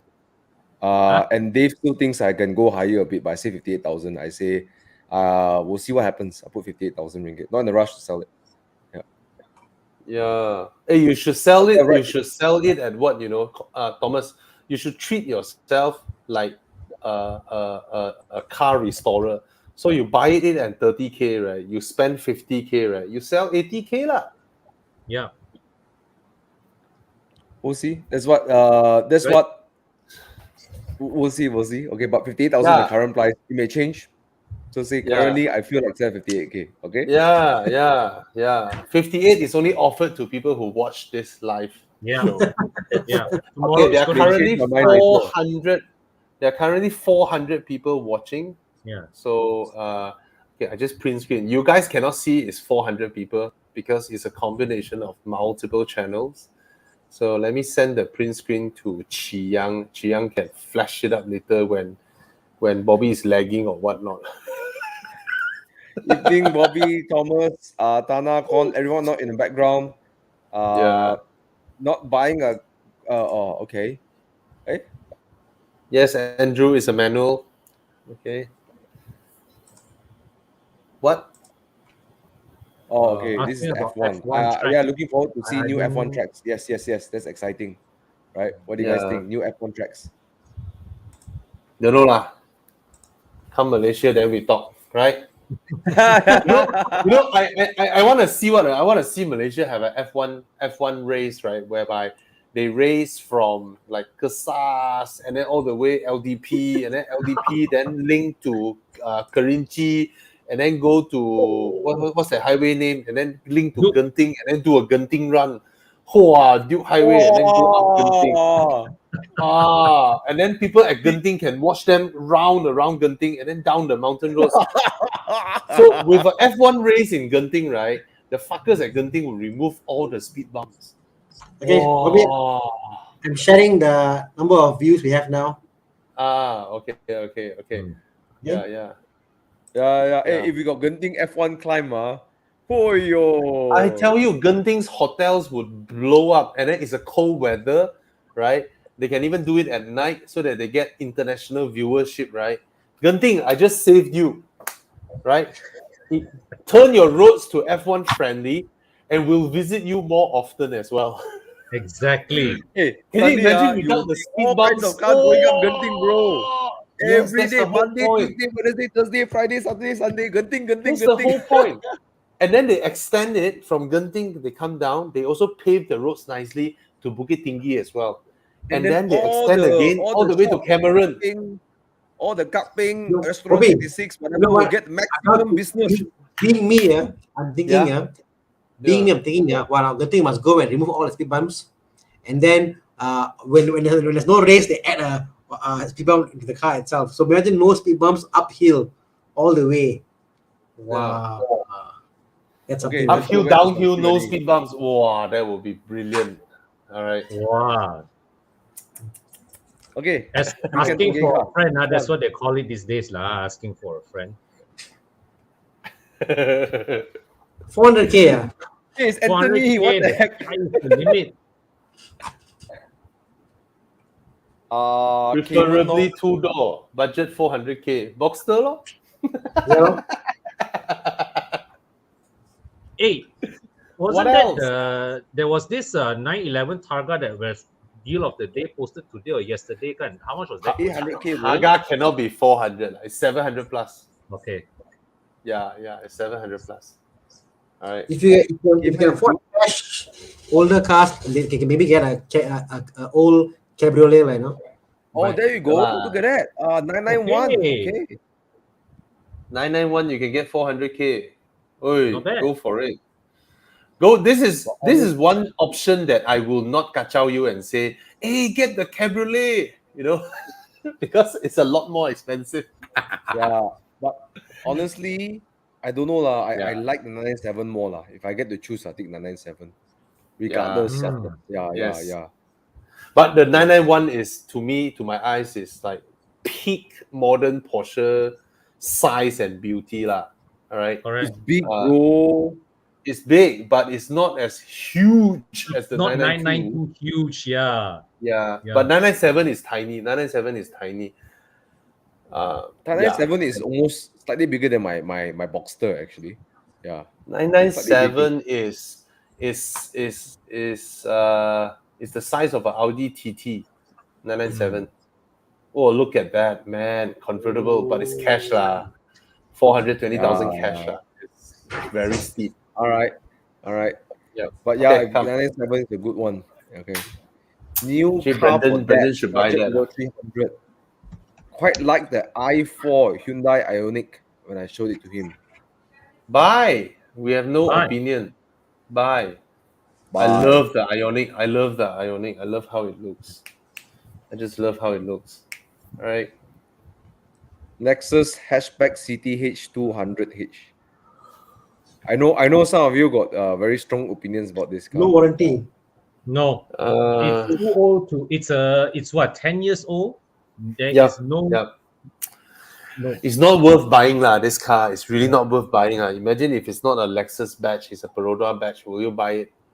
No lah. It doesn't feel like a Lexus inside. I was told. Doesn't. It's a Prius with rear double wishbones. Yeah, but I don't know why they shrunk the size. Imagine they make this car in the same size as the Prius, right? As spacious as the Prius, then it'll be nice. It's a good looking car. It's a freaking good looking car, but the size of its boot and its rear seats render this car useless. It's absolutely useless. The rear seats are useless. The boot is useless. I don't know why they do it that way. It's so un-Toyota. So congrats, Jordan. Congrats. Yeah. All this drawing doesn't make sense. You just go into the car, it doesn't make sense. You go into the Prius, you're like, oh, spacious. You go into the CT200H, you're like, where's all the space? What's going on?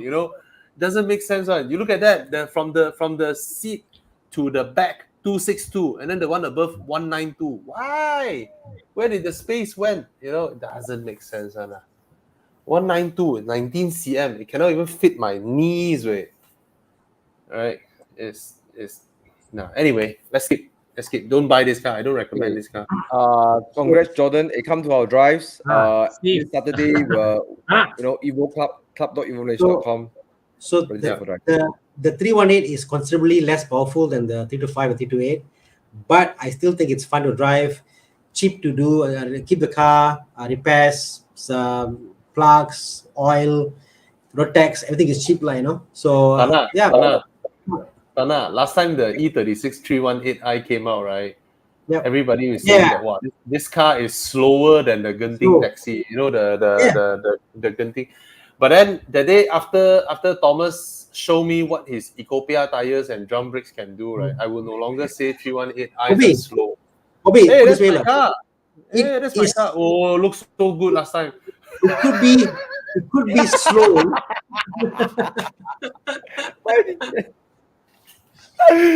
Oh my god, it's so beautiful last time. Hey, Con, my rims still at your place. Still there. You want it back? My starfish rims. Can you imagine Still there. Darren face when he did everything to your car? They say, hey Darren, I'm going to respray the car. Hey, look at the gold 911. That belongs to Alex, a friend of mine. A friend of mine, Lex, we call him Alex. You know, he's not standing there. Yeah, that's the 911 exclusive, bro. This guy spent 3 million on the 911. Tax paid, bro. Tax paid. Crazy. Yeah. Okay. But the 318i is nice, because the E36 has twin cam on it. It's much more rev happy and just climbs the rev better. Rev matching is nicer on the twin Like cam. I drove back to back corner, the 318 and the 328. The 318 is much more lively on the corners. Very lively, very light, very nimble. The 328 felt like I could really feel the weight of the back pushing and driving. There's the rear wheel drive, all that, you know. But I can appreciate the 318. It just drives quite nice, nimble. So you know. Yeah. I think any other car is low, but this car because the weight is light. Okay, because it's the way the chassis is distributed lah. Actually, the only 318 to really avoid is the E46 facelift. That is the 318 to avoid. Yeah. Too heavy. Yeah. Okay. Still okay. She likes the CX5. Get the CX5 if she likes the CX5. You know? CX5, great choice. Even the if you want really comfortable back seats, right? Go check out the Toyota Harrier. 160, 170K. You can buy a used Harrier. That rear seat is incomparable in its segment. All right. Alex, I'm not wrong. Alex, buy. All right, drop the booking, buy. Okay, it's not your sports car. We know you say there's no steering feel. It's not your sports car, you know. But for a daily, for someone like you, you know, buy. You know, anyone who asks about M140i or M2 CS, we will always say buy. We will always say buy. Yeah. Auto reply. Whenever you ask, great car. I tell you what, I drove the M140i. My neighbor has the M140i. He asked me to babysit so I babysit his car. The power plant is so potent the new B engine. Honestly is better than the N55. So much better than the N55. It revs better, but the guy modded his car also. M140i, right? That is the evolution from your M235, right? It's still the real wheel. It's the same engine as the M340i. Yeah, same engine. B48. Yes. So Alex, I think you'll do wonders in that car, man. Yeah, man. Just get an LSD on it. I think you'll do great on the car. But I think you don't need LSD. You're so skillful. You don't need LSD also. Yeah, you can slide anything. Yep. Yeah. You probably can slide a Vios also, no problem. Yeah. So many comments, guys. I'm so sorry if we missed any of your comments. If you're still here and the question is not answered, please ask again down there. We'll try our best to answer your questions. 2018 GT2 RS. Wow. 993 and a 218 GT2 RS. Can I throw him a curveball? Can you buy like GT3s, 991 GT3 or something? You know, I don't know, man. 993. To me, the driving position is. The drive position is weird lah.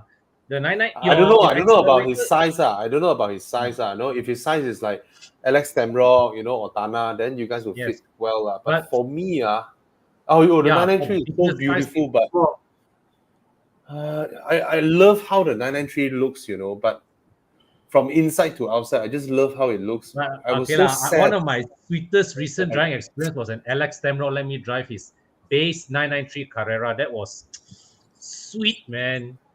So if you ask me to vote between these two, I'll vote 993 any time of the day. But if you are big sized, then the 993 will be a bit of a struggle to see. Yeah, if you're like Bobby, then you'll be very sad lah. And then if you have feet like I have size 11 and a half feet, right? Yeah. So look at the clutch, the brakes, and the throttle. My foot, my right leg sideways can cover all three of them. and Okay. more. Yeah. And Yeah. for me, the accelerator pedal is where you typically step on the brakes of any other car. Bobby, Yes, the you are complaining. accelerator pedal. Yes, You're Thana. complaining. Even me, Bobby, when I drive my Boxster manual, I'm forced to wear a different shoe. My normal shoe cannot fit in the Boxster because it's so tight. Yeah, the sitting Yeah. position is horrible. Lah. The pedal is right where your balls are. Correct. All right. So your legs have to go sideways. Basically, you want to step on the pedal, you need to squeeze your balls. Correct. So And it's just weird. You have to move your right leg in, to step on the throttle pedal. I think So the you 996 kind of not squeeze your so balls. bad. It's not as bad, so. Yeah, okay. Okay, I think they're both very different machines. One is very like nice to drive because it's analog and stuff. The other one is super freaking like serious, game face, fight for your best lap time. So they're both very different cars, bro. Chase. Yeah, I think either both. I got another opinion. Either both are great cars. I think you get brownie points for driving up to any car meets. I think you'd be happy with either both cars. At the end of the day, is what do you want? Right, but remember the GT2 RS is a proper track weapon. It's built to set lap times and perform. Okay, I don't know how it drives on the road, but my feeling is it's not built for the road. It can be driven on the road, it's not built for the Turbo S. Probably makes you feel like you're more engaged with the car lah. Yeah, it's too fast for anything lah. I remember one time I was just driving by last time it's called Mahameru Highway. You know that highway? A Sunday morning was empty. I was driving around 8 o'clock, and then I was going on a fast lane with my F22 with the 35i. Okay, I was driving that at 120. Then on my left side, right, because behind there got a car flashing like silver color. I said, "What the heck?" Then he pulled to the left, and then he went. Oh, I'm like GT2 RS. I think it was flying at like 240 or something at a curved road. It's fast with that wing, You're talking about what? At least close to a million, what? 700K? The 993? The GT2 RS is 1.2 or 1.3 million. No, the 993 Turbo S, you're talking about what? 700K? Probably a proper one? Not sure. I don't know the market value for a 993 Turbo S. It'd be a crazy price to buy cash lah. 993, right? But let's say willing seller lah. Woohoo! M140i. Yeah. I don't know about the value of 993 Turbo S. It should be crazy high lah. Be crazy high lah. Very expensive. It should be very expensive. If Carrera is asking for 400, but much less a Turbo S. Yeah. Okay. Danny Chai saying, bro, Bobby, M340i or CLA 45S? I actually like the CLA more.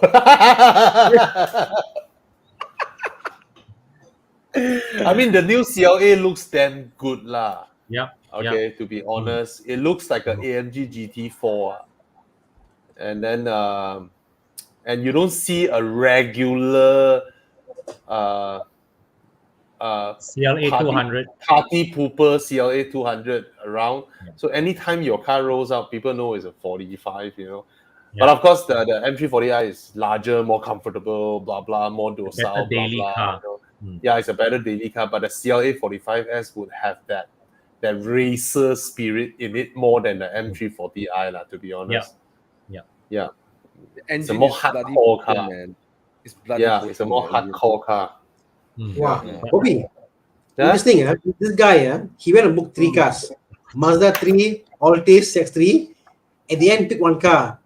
If you don't book now, you must pay SST for the I know. I don't think so. I think you must book and pay and get the car under your name. Must register for you to get the SST. Booking alone won't get you the SST exemption. You must get the car under your name. So don't be fool errand. Yeah, get the Mazda 3 lah. Get the Mazda 3 lah. Okay, close case. Okay. All right, come. Oh, so many questions, guys. We're so sorry we missed any of your questions. There's so many of them. Yeah, just repeat it. The latest to the top lah. Latest one. Yes. Bye. F10. Wait. Buy. Yes, it will. Yes, buy. Okay, come Yeah. next. Next one. 218 or 8200 sedan. 218. As Yeah, much the as I don't like these 218 two cars, I think the 218 Yeah. is better. The Looks A200 good, sedan, the man. interior is like, oh my god, interior is like, oh, cannot done. Yeah. Yeah. Okay. Alex says he threw away the glove box between the seat of this M3. Threw it away. Customized the console to a scroll rear type flat panel. Hey, That if you is got a Alex. soundtrack with that like that, man, would it? Yeah. Why need Alex, radio? can you write a song about this? I threw Okay. away my Second glove car. box. 50K manual. CRZ. Yes, CRZ Xiao good. Let's go. Yeah. Yeah. Okay. Good choice. Okay. CX8 X90, which is the What's best recommendation for a civil engineer. Site duty or instruction, or 8 is big, or 8 is So big, what was or the question? he wants to get Okay. a You're SUV buying it for rough use. rough use. For Slightly rough rough use. use. I won't get either And- for rough use. Try But I think that it's not Santa Fe. solely for rough use. He said that his profession. I see. But know, instead going so for he site wants- duty and construction site. I know. I get what he means. It's gonna be his only car, Mm-hmm. right? He's either thinking of a CX8 brand new or a used XC90. That fits his budget, about 200K. Mm. So I think both will work really well. I have a close friend who bought the XC90. He has the S class, which is like the just the previous S class, the S400 hybrid. Yeah. He had the S class, and then after, he bought the XC90 after I bought mine, and he loved his XC90 to bits. And then he visits construction sites always.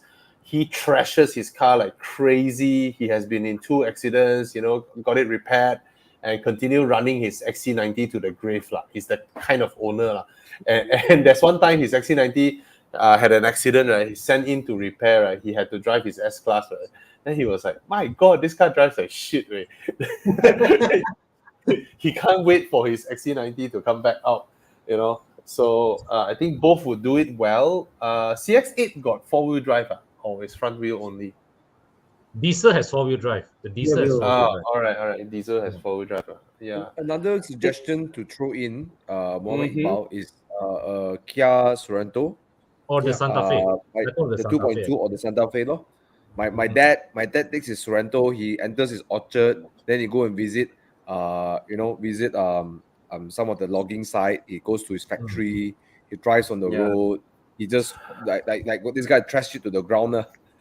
But I don't think he's buying a second car just for side use. He's really just buying his own car, that he aspire to upgrade to. Just that he might need it for some side duty sometimes. So I think both cars will do the job well, so no worries about that, All right, come. What else? Come. Okay, quick one. Let's go. Question about engine. Gen 3. The Gen 3 is a better engine because I got port and that injection. It's a better, cleaner engine. Okay. So that's the answer. All right. Yeah. Then you get a supercar for me, budget around 1M, contemplating GT3 and 458. 458. Wow. Oh, very hard. Okay, you ask me, because at my current part of my life, I haven't owned a Ferrari, and it always in the Porsche family, I love the mid-engine more than the rear, so I will go for the 458. That's me on a personal preference. At this kind of supercar category, Dev, is really personal. It's really personal. Agreed. But I give you a perspective.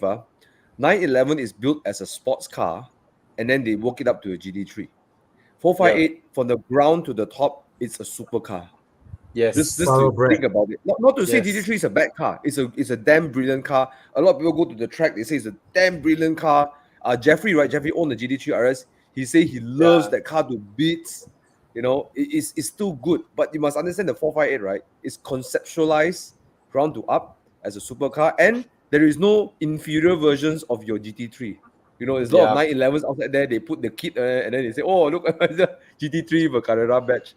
You know. Yeah. Whereas you can't. There's only 458 Italia. Yeah. And above. Yeah. So I will go that for Italia. answers your question. Okay. GD3, I was just about to say GD3 is the Civic Type R version of the regular 911. Yeah, it's a Civic Type R of the regular 911. Yeah, it's the hardcore version of the 911. Okay, Right? I asked everyone over here. Okay, but which one will you drive every day? 458. Every day. Every day. Okay, no lah, Thana. For me, GT3 sitting is position not a wise, 911 you drive every day also. yeah. But The yes, 911 Thomas, you were saying Carrera just maybe now. the car that you drive every day. Okay, let's go through Thomas. quickly. Bobby, Thana, Thana first. Which one would you pick? Ferrari. Ferrari, Ferrari. Because for me, 1 million is a lot of money, and it's probably the only car I can buy at that range. It's a special weekend car.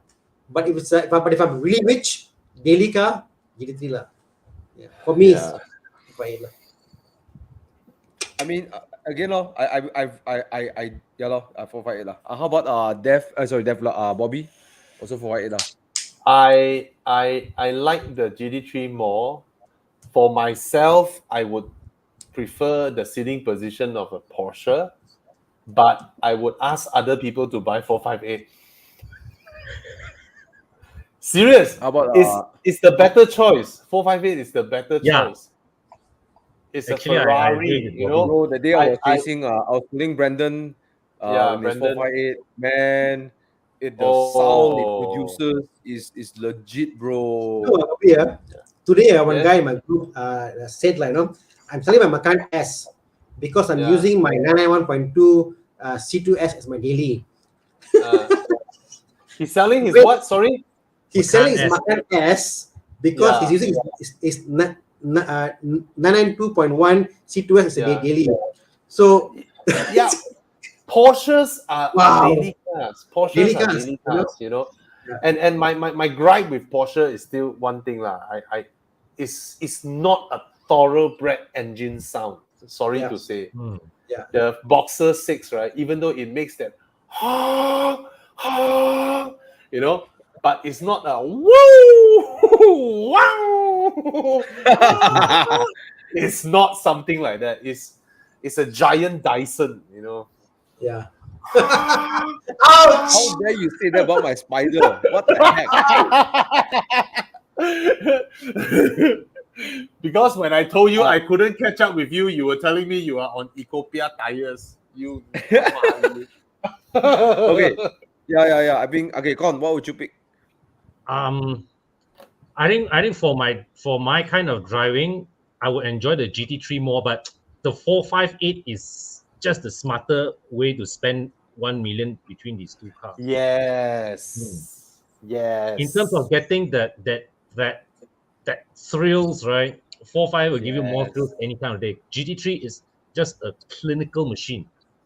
Yes. I don't know lah, but in the hands of people like Thomas, Brandon, these machines can do wonders lah. Of course. We haven't asked Thomas. They can extract that kind of power yet lah, you know. You don't Ecopia me lah. You drum brake 318i. Okay, let's move on. Thanks for the question, though. This is so refreshing. Okay. Let us know when you pick your 458 and then come for our drives. Bring your 458 to our drives. Yeah. Okay. You know, funny joke, last one. You know, I met a neighbor somewhere in Damansara Heights, right? Somewhere in Damansara. And he walked up to me when I had the 318i. And then he said, "Oh, nice car, everything." Then he said, "Oh, asking what car he has." Then he said, "I have a 488. But listen, I have to downgrade from a 458 to a 488." Because my wife likes the interior of the 488. The wife likes what? The interior of the 488. But it's not a huge difference, right? Well, he that's what he said. And then the other thing that happened was so he bought a GT3 RS as his own car, and then the wife can drive the 488. Yeah. The 488 got no sound. 488 is one of my least liked Ferraris. Okay. One of it. I just love what Ferrari did to their interior design language ever since the 458. Very, very unique, and just amazing. Just looks amazing. Yeah. I don't like this kind of sitting position, Thana. I just don't like this kind of sitting position, like low on the floor, I just don't like it. Yeah. Sporty, yeah. I like it actually, Bobby. Really, I prefer like Porsche or Aston kind of sitting position. I don't like the supercar like Gallardo, Huracan, 458, McLaren, this kind of sitting position. But I think that just driving more to the floor, where your leg is not downwards, it's more straight. Yes, it's proper. It's go-kart sitting position. It's proper. It's really proper. But to me, as a fat guy, big size, going in and out and all that, I mean, it's just. I'm talking on daily terms. Okay. Yeah, I'm more a GT kind of guy. Yeah. Okay. You buy from Persona to a Megane RS. Wow. Buy. Just buy. Okay. Oh yeah, absolutely. Buy. Okay. You know what? The more I look at the Mark III Megane, right? The design is like one of its kind. Yes. Yeah. Oh yeah. It's beautiful. It's beautiful. It's just beautiful. Okay, next one. All right. MX-5 and the GR86, which is a better car. 86 got 2 seat, Nexus seat, small kids. Obviously, so the Subaru and the Toyota is He a better car. answered himself already. The 2 rear seats are important. That's the reason I gave up. I gave up my MX-5 booking. I booked the MX-5 and took the car back home. Mazda was like, "Oh, Bobby, you're the first person in Malaysia to book. Let me get the car home." My kid asked me, "Daddy, where do I sit?" Fuck. I just gave up the car. Yeah. Clio RS. If you don't mind the size, Clio RS. Golf GTI is a safe choice between these two. Yeah, it's a safer choice, but I prefer the Clio. Yeah. Prettier too. You gotta do so much to a GTI to make it look outstanding. The Clio is just outstanding. Beautiful. It's a beautiful car. Front and back, everything. Especially the rear. The rear. Chiang, come, the rear. But they say don't buy this unit. This unit crashed before, right? They say. Who said that? I had a serious accident before. So I was told, serious accident. So this car is banned. Unless right? you're willing to tahan that, okay? But yeah. No, you lowball the seller. Lowball the seller. Go there and tell the seller 35K, I'll buy it because it's crashed before. Then it's a good buy. MK7 GTI or BRZ? Power or handling? Yeah. Both got handling, arguably, right? And in the hands of someone like me, I can drive the GTI much faster than I can drive a BRZ. You pass to Thomas, he can drive the BRZ fast with Ecopia tires. Hey, but it really comes with Eco tires, bro. The BRZ. Yeah. Hey, but bro, serious, the 86 and or slash BRZ that gen is still my top 5 car I've driven for me. Yeah. I had the the F22 car, right? And then and then I drove my friend's GT86. I was so underwhelmed on the way up Genting to the Karak Highway. But the moment I hit the guardhouse, make my first right turn, I was like, oi.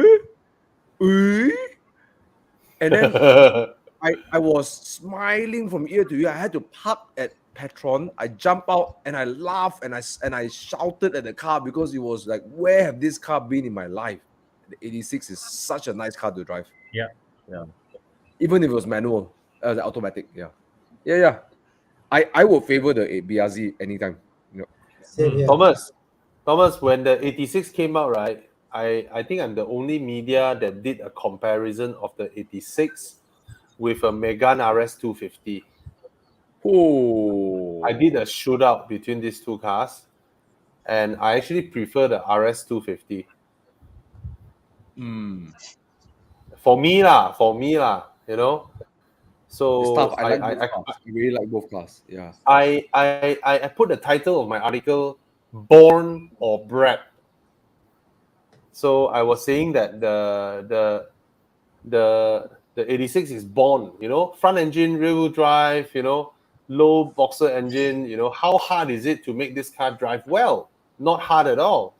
But to make the Megane drive well with a torsion beam, front wheel drive, is bred really, really well. So that's my, I salute the French in that sense. Yeah. And Alex countered by saying that the GT3 actually sounds good. He disagrees, so he sent a video. No, it sounds good, definitely, but it's not a thoroughbred supercar engine sound.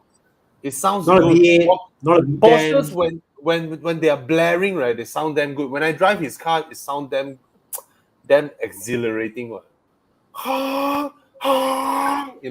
It's a different type of sound. Okay, put it that way. Yeah. Yeah. But it's not a wow. That's true. That's true. Prakash's V8. Sorry? Prakash's V8, the E39 Oh V8. my god. Oh, The E39. The 5 series. The 5 series. Oh my god, that's like a muscle car V8. Oh yes. Crazy Oh yes. Oh yes. Okay. 400k budget, TD3 RS or F87 competition, or any other suggestions? Sorry? Oh. TTRS guy. 400k. 400k. TTRS now. It's more than, I think. It's 440, I think. Now TTRS. It's gone up. Let's just say it's around that price range. Right? TTRS, bro. Support TTRS. I go for the other one. Yeah. Well, The M2. Okay, the TTRS is legit fast. Hey, the TTRS is legit fast in like curvy roads, twisty roads. It's legit scary fast. The talking like GTRS, right? It's cars on small twisty roads. Okay, yeah. TTRS sounds good, handles well, kills GTR for breakfast, so you can tune the hell out of it. It's half a Lambo. I think this is the legit like supercar killer, especially this is supercar killer, bro. This is like I've seen a TTS, right? Someone like Brendan, who is like a race car ex-champion like drive his 458 and is keeping up with a Audi TTS or whatever tune TTS is, Quattro one. He's keeping up with it. Can you 458? Okay, champion TTS driver keeping up with don't know who driving that TTS. Right. And then the TTRS, bro, is worlds apart. It's worlds apart. Supercars are quite hard to drive in small twists. You need the arrow, you need the speed and arrow to have the grip on the front end. Yeah, it's kind of tough actually. Yeah. I found an article I print screen and share to Chi Yang. Chi Yang, if you want to show the pictures, but it's just pictures, you all can't read it. I don't think you all can read it. Bye. It's one of my lowest maintenance cost cars ever. Fuel efficient, low maintenance, freaking reliable. And I may just change the core plug, spark plug, and also the high pressure fuel pump. And if you tekan the car a lot, change the charge pipe to steel charge pipe. If you don't want to have that blown, there's no need. All those are things that on my car that hasn't blown yet. And Bobby just push his car. Yeah. Where God? I just changed the speciale only the other day. See, if your ex-owner is like Thomas or Bobby, so depending what owner. Okay. See, David say we'll go for the F87. Okay, yeah, the bonkers car. I agree with you. Yeah, thank you all the people who says F87 competition. Thank you very much. To validate something, is it? Okay, Bobby, if you join us for breakfast tomorrow, we will discuss on the GT. I'll bring my spider. Okay? All right. He will slap me. Alex will slap me. He will take his he would take his GT3 RS and ram into you. Oh, No, I like how it sounds, but it's just that it's not the. I mean, it's not a V8 lah. That's all. So It's not Ferrari right. V8. The V8 is mad lah. Yeah. The sound of the V8 is Hey mad. guys, you know when I took this picture, right, when I took this picture in Putrajaya, right, that time I just started lah. I know it was me and my wife only. So my wife drove the 86 and I drove the RS 250. It was 3 a.m. in Putrajaya. So just the two of us in the middle of the road taking pictures, you know, that time when I started. And you know, halfway taking pictures, right, suddenly, right, there is like, I don't know, 200 or 300 bikes of rumpit that were coming our way, you know. Wow, I tell you, that moment, right, I was scared shit. Right? I asked my wife to get up to the car, lock herself in there while I'm standing outside with my tripod. And then those boys just passed by us, you know, like nothing. And then I was like, you know, it was so scary. It was scary to like suddenly see hundreds of bikes, yeah, repeats, or like that was scary. Anyway, yeah, it's many years ago lah. How great wheel drive torsion beam layout is. Yeah. I used to love taking pictures. All this. Really, I agree with Bobby's statement here. The torsion beam layout on the Megane is genius, really genius in the front wheel drive setup. It's genius. Yeah. The rear flies around, you rotate the car fast. It's great. Yeah. Smart, Anyway. very smart. It is a French way of doing the engineering. It is their way. Yeah. Okay, what questions we have now? It is 2 hours in the conversation. Any other questions? You can't go wrong lah, whether you go CKD or CBU. This car, even in its current format, right, is damn worth the money, man. I tell you, when it's CKD that time, right, the price will not change. Yeah. Okay. Because this. I mean, at what you're getting now is really damn good value. No, because this is a kind of scheme that the government give certain car makers that commit to local assembly, that they can bring in the first initial batch of CBU, and they enjoy the same tax advantage to sell the car at the same price as they will sell later under CKD. Correct. You BMW typically gets this. The Kia Carnival CBU has one of the best fit and finish I've seen in any car in a long time. Absolutely, man. You can press a panel, it will not move. It's so good.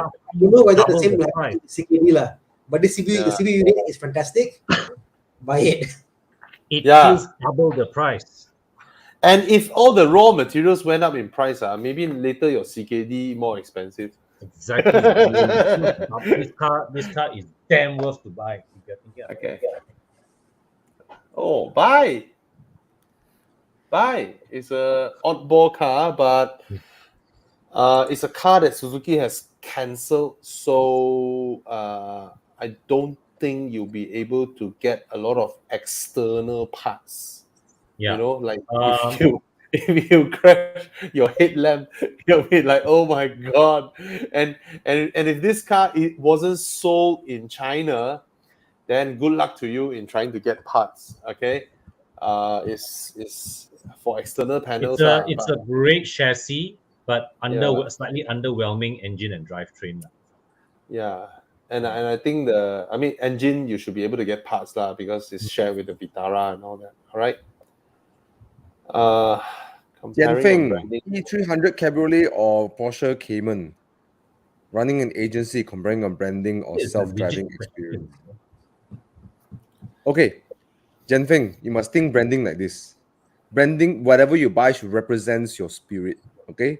Are you a sporty kind of guy? Take risks, push for success, aggressive. You want your team members to go aggressive, get the Porsche because that's a sportsman. It's a sports car. If you want the Wanzan, me and Thana shaking head already.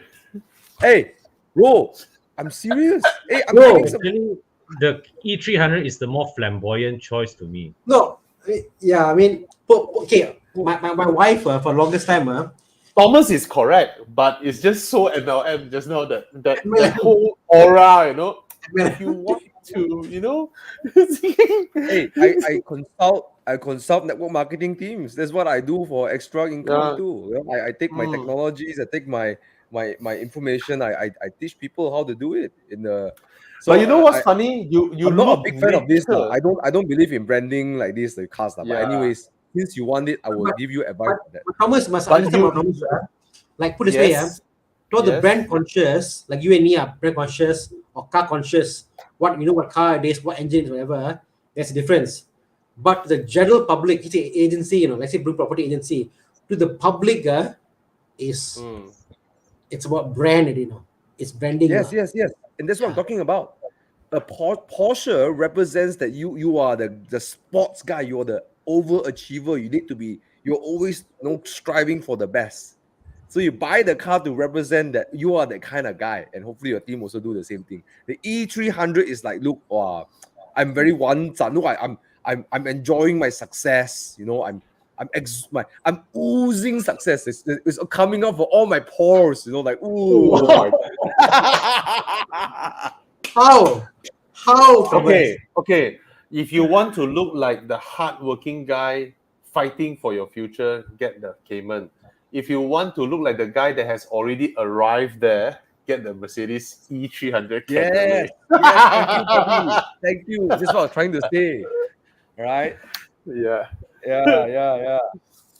Okay, so the Cayman is the car you get if you wake up every morning with a very nice wood. The E300 Cabriolet is the one you get. That just means you're healthy. What the hell, man? Come on. No. Okay. Yeah. You look richer with the E300 actually. Yeah, you look like Yeah. more And rich you know what? You can with wear a suit in the E300 Cabriolet and you jump out in the car. You look great. Cayman, you wear a suit lah. You might tear your pants jumping in and out of the car. Okay, right? I mean, like going to my question earlier, my wife earlier, many years ago said, don't buy a BM, buy a Mercedes or buy something else. I always say, why? For her, the concept of, people might think you're too flamboyant in a BMW. But in her mind, opposed to you're a businessman, you're more stable in a Mercedes. So there is a perception, if you're a Mercedes, you're a businessman, you're more stable, grounded, versus like a BMW, So yeah. Bobby, why you like big car? Maybe because I'm fat and it's easier to go in and out from a big car. You know that day we were at Genting in Genting Permai, and then in Petron. Then he parked his Aston Martin in front of the Cappuccino, the Suzuki Cappuccino. Then he yelled at Adrian. Adrian is the owner of the Cappuccino. Hey Adrian, you have a big, because your car is so small, you must have a big,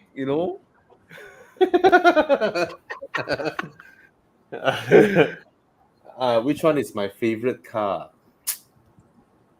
Repeat law. Really No, repeat. I love the engine. I love how it looks. I don't know, man. I don't know. I mean, I love all my cars. I don't know. I don't know how to answer this question. Seriously, I really do not know how to answer this question. I think you like your 640i a lot, bro. Yeah. A lot. I love the 6 Series. I think the answer to this question is which key would you grab most frequently for a morning drive? Definitely the 6 Series lah. It's a convertible. It's what I like. Opening the top, and when the sun comes out, I can close the top, and it's so low maintenance. It's low fuel consumption, and it's just so reliable. It's oh, my S4. Oh, I love my S4 as well. I love my XC90 as well. My God. But the 6 Series is my most frequent. Like, I grab the keys and go up the car the most. And then I have my stupid Android screen. I can watch YouTube there, you know. It's like, I just love, oh my God, the Aston is so beautiful. Oh, it's achingly beautiful. Sounds crazy.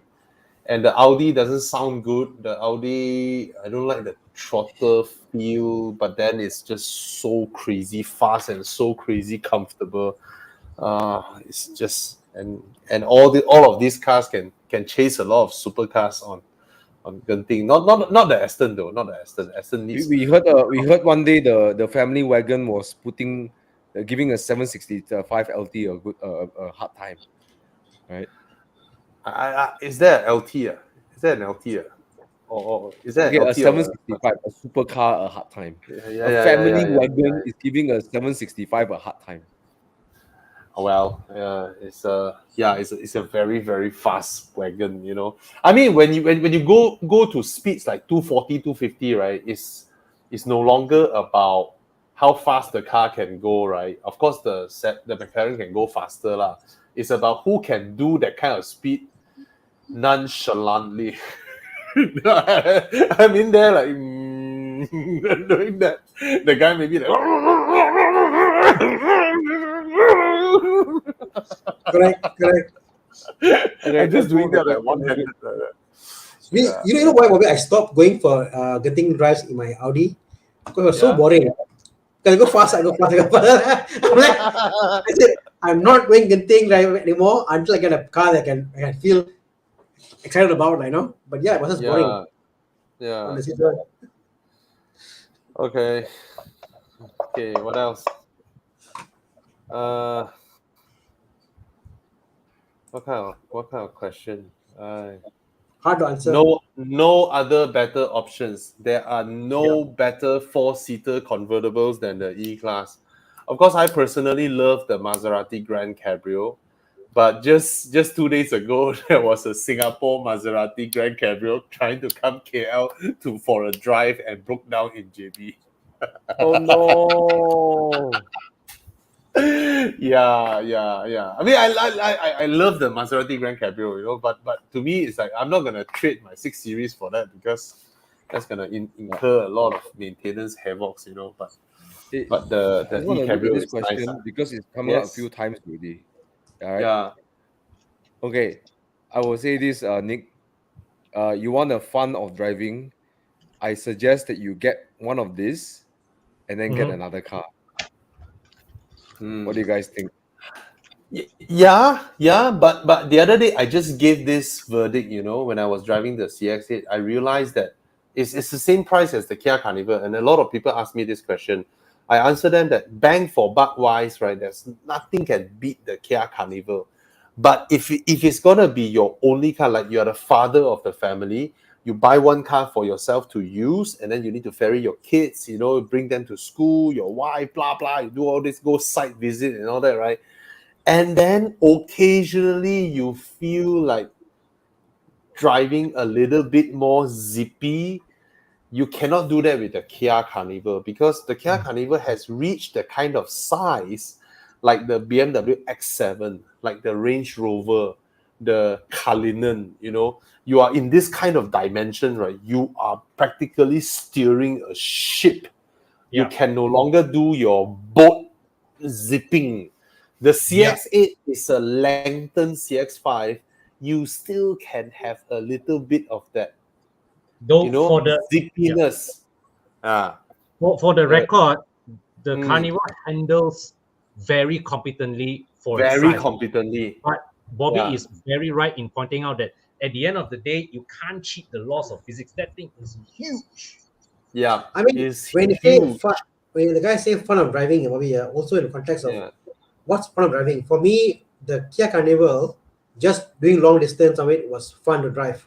Was fun to do long distance, comfortable. I felt so at ease. My kids in the back. So depending what you mean, like you want to do tight corners, CX-8 obviously better, smaller. I don't mean tight corners lah. What I mean is, you know, sometimes you just a little bit naughty, a bit, you know, kind of like maybe out of your driving routine, like you just drop your kids at school and then the roads were empty on the way back because it's counter traffic. And then suddenly you want to like corner in the roundabout a bit faster, turn a bit, enjoy a little bit, maybe just short bursts of like 20 seconds of shenanigan. The CXA will do that better than the Kia Carnival. I'll put it this way. I cannot imagine having the Kia Carnival as my only car. I can't imagine having an 8 as my only car. Yeah. I get what you mean. Yeah. As the only car Carnival, I cannot imagine like everywhere I go, pasar, bike. Exactly. Bike everything I do is only the Carnival. I cannot imagine. Cannot, impossible. It's It's a ship. larger than a Vellfire. It's larger than a Vellfire. Actually, if you have a Carnival, you need a smaller runabout. You mean other vehicle? Yo, I want to get a drink. Okay, before I go get a drink, right, or we end it, right, I have a friend who knows a friend. He's a Dato, very rich. And he and his wife, right, okay, before the Kia Carnival arrived, I think Kia Carnival is a blessing for them. I don't know whether they bought this car or not, but before this car or any car arrived, right, he and his wife both has been on Hyundai Starex, 2 Hyundai Starex, guys, 2 Hyundai Starex at home. And then when the cars were 5-6 years, they bought another 2 Hyundai Starex. Reason being, they have 4 kids, they have 2 mates at home, and then they have old folks at home as well. So they whether the father is going to work or the mother is going to work, right, they need to send all 4 kids to school with a helper following them, right? The only car that can fit them is the Starex. So husband and wife both each bought a Starex. And can you imagine how depressing that is? You go home, you have 2 Hyundai Starex. People thought you run some illegal, China. Oh, Squid Game. Yeah. So I can't imagine being the only car that I drive daily. It's the craziest. Imagine Thomas lost a bet, right?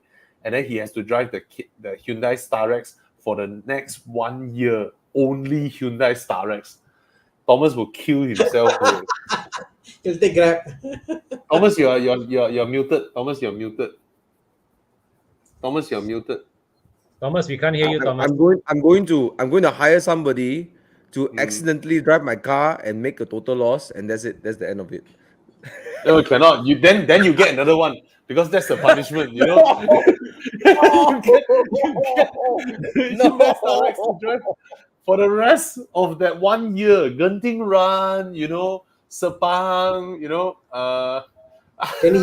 Kenny Baker, Biology. Yeah, park in front of Huckleberry. I will find a way to fit my Mini in the Starex. Fold the seats down and drive the Mini into the Starex. And do what? So I reach to Genting, the bottom of the hill. I will unload the Mini and I drive my Mini up. No, you cannot. You cannot. You just have the Starex. Yeah, it's just the Starex. Please don't do that. It's very depressing. No. I don't want to continue this topic anymore. The guy on the TTS, RS, and the M2. He said M2 obviously, BMW, but DTRS 2.2 on Sepang. Yeah, it's a fast competitive car. I haven't driven the the TTRS, but from what I understand with Quattro, you and all-wheel drives, you probably have more driver engagement with the F87, the BMW. The TTRS is just it's Quattro lah. It feels less grip. like a TTRS is sheer grip. Yeah. BMW will dance. It's a car that you dance with. You have to work the car to get the traction and the performance lah. Yeah. And the 2.2 is modded, guys. Any car that does around that place, the TTRs are modded and in the hands of a very skillful driver. Yeah. Very, very, very skillful driver. There's a F87 competition that did a 2.2 is in the hands of a champion. Okay, modded and hands of a champion. Okay. So yeah, it's not easy to get the 2.2 with just good specs. It's all skills. Yeah, okay. I'm happy to do 3 plus. If you own a Arteon 4 Motion, will you change to the new BRZ and 86? Why? To try and build up. Why? You just keep your Arteon 4 Motion and then you go and buy a used BRZ or a used GT86 for 130k, 120k, then call it a day off, right? You sell your Arteon now, right? You're gonna lose at least what, 40 grand? Correct. Right? You're gonna lose 40 grand, and then you dump another 230 grand into a new one. Why? What's the point? You know? Yeah, we don't discourage you from pursuing a BRZ or 86, but it's not worth selling your Arteon right now. So soon. If you drive the Arteon and then in your soul somewhere it's like, I cannot tahan driving this car, and you know you can afford the upgrade, means that you don't mind to burn the 40k, then okay, I get it, Tyran, because when I own the C43, I cannot drive that car anymore. So I'm willing to burn, but unfortunately I burn only 30k, right, to sell the car. Yeah, but make no mistake, you are burning a large chunk of not only that, not only he's gonna burn like 40k out of his Arteon, and then he bought a brand new BRZ and GR86. Let's say he drives the car for 5 years, right? That car will burn him another 70 grand. If he can afford it. Yeah, up, down, another 100k burn. The burn 100k, right? Why don't just use it to buy an 86 now? Correct. Instead of ending up with one car, you have two cars. So you got two options, though. One is the brain, one is the. Yeah. So you just buy the current 86, and what's your installment? 1,400 ringgit per month, to get a 120k car. Then that's it. 1,400 per month. You just pay, instead of you burn 40k here, which can tahan 3 years of installment for your 86, and then you buy a brand new one, and then you end up with one car. Correct. You see, and then your Arteon can still be your daily car. You go about your business. Exactly. And the best part is this: in 5 years' time, you can trade your current 086 for this new GR86. And the 86 will keep its value here at 100k for a long time. Yeah. Okay. You won't lose a single cent. Okay. Sorry. There's a question over here about this one. That'll be interesting. 12 years old Innova, budget within 200,000. CX5 recon valve fire X70. Get a recon valve fire lah. I mean, your parents Innova. I mean, I don't know. They come from an Innova. I don't know whether it's being fully utilized or not, or it's just the two of them driving the car. Or you need, because 200k Kia Carnival, no questions. Okay, end of story. I forgot about it. End of story. Kia Carnival. Yeah. Fresh grad want to buy a Thana V6, don't buy a Thana. Don't buy a Thana. That's it. Can you give a replacement option? Any Accord, Camry, go ahead, buy no issue lah. Yeah. Anything but the Thana. Anything but Thana. Even a Sonata is fine. Do not get the Thana.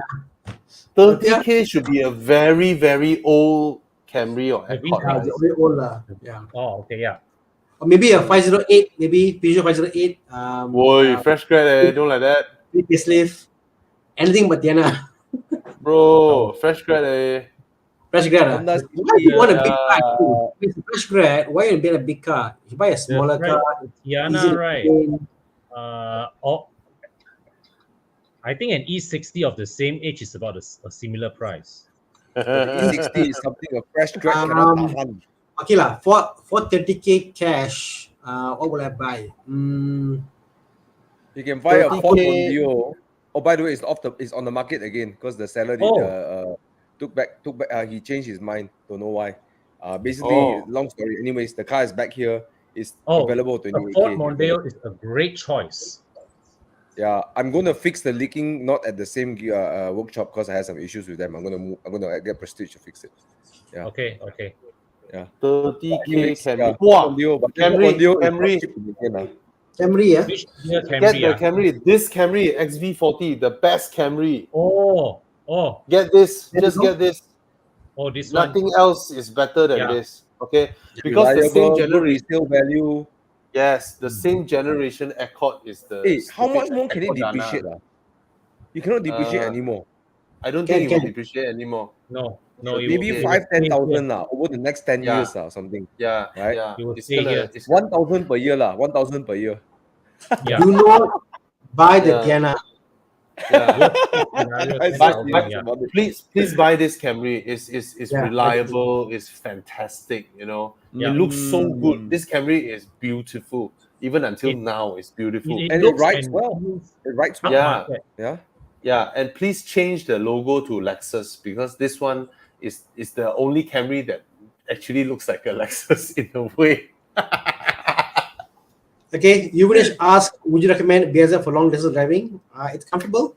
Why not? Why not? Why not? Comfortable enough. Malaysian long distance are only 300 km lah, nothing much lah. You know. Thomas Mini Austin Morris price around always condition, always get the right condition.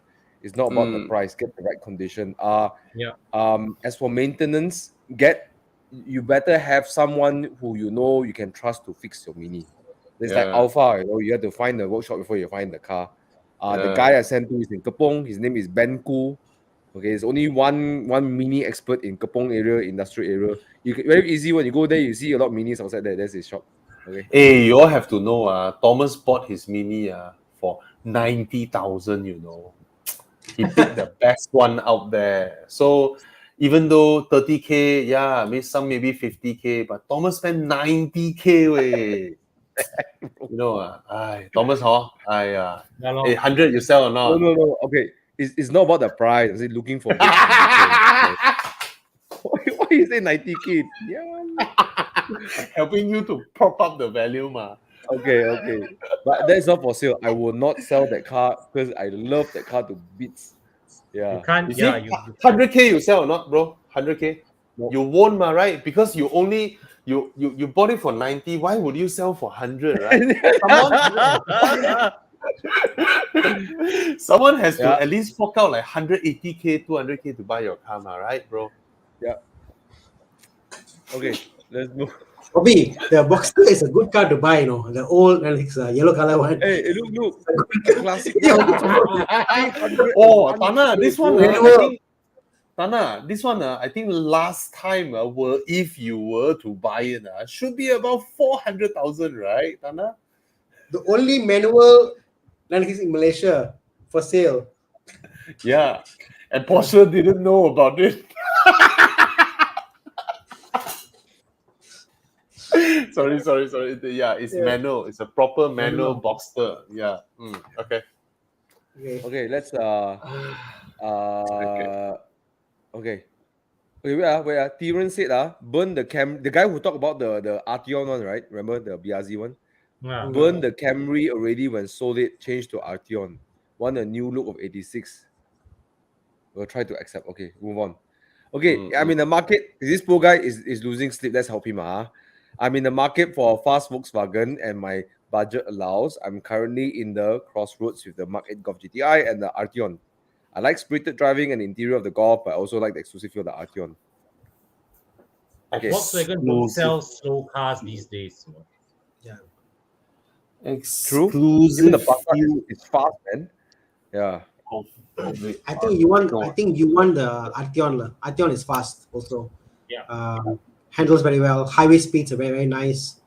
I'll take the Arteon. Arteon feels more premium inside, interior. The infotainment system, everything is more premium than the MK8. For me, Arteon, the window frame. Let me pull a Yusuf Tayyub on him. Yusuf Tayyub. Frameless doors. Yeah, it's frameless doors. Yeah. Okay. So everyone give their advice already. The most right? impractical thing to seal the deal. Dinesh, I tell you something. A good acid test to see which car you're going to enjoy or keep it is that when you park the car, you walk away, you turn around and take a look at the car a few more times. If you I think do, he would do to both, Yeah, right? both you never both know. looks good. You never know. And one, maybe you look back and then you say, okay. Then one look back and then you smile. Yeah, yeah. Who knows? Maybe he parks the GTI and look at it. It's like, man, I got a GTI. He smiles. You, Right? you know the funny thing is, right? Last time, if you buy a Golf GTI, with about 200-ish horsepower, and then you drive it for a few years, and then when you want to upgrade that time, right, you tend to look at the segment of cars in the Arteon segment. But now both are same price point, right? So you go to Arteon, and you're already there. You skip one segment, and then if you have the Arteon, you won't look at the S5 also. I love Audis, but the Arteon looks better than the Audi S5 any day. No, what I mean, what I mean is, of course, S5 is the performance variant and all that. Right? What I mean is, when you already have the Arteon, right, you won't look at the S5. But the S5 is a good option if the price are there. What's the price of the GTI, guys? 210. Oh, 212. Wow, you see, guys, like 10 out. Con last time the Mark 5 GTI also 210K, right? Yeah, Mark 6 also was around there.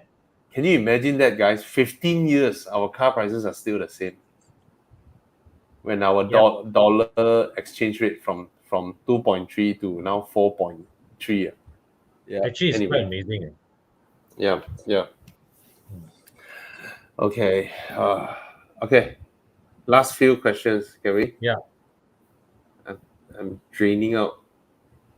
Planning to get a weekend car. Golf R lor. Yeah, Golf R. Or a convertible or Thomas dry already. Thomas is like no, convertible. I'm thinking, yeah. I'm kind of stuck within these two. If you really want it, I don't think Golf R's are weekend cars. I think they're everyday car that can do some weekend driving.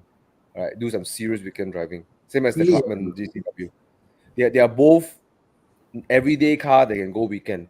You want to go weekend? The Clubman is more special, I feel. Yeah, but if you want to go weekend, I agree, Bobby. Go something like balls out, like really something different. You know what I mean? Yeah. Yep. For 300K, 350K, you get quite a good choice of convertibles out there. Boxsters, Cayman. I don't know, man. Clubman is huge. Yeah.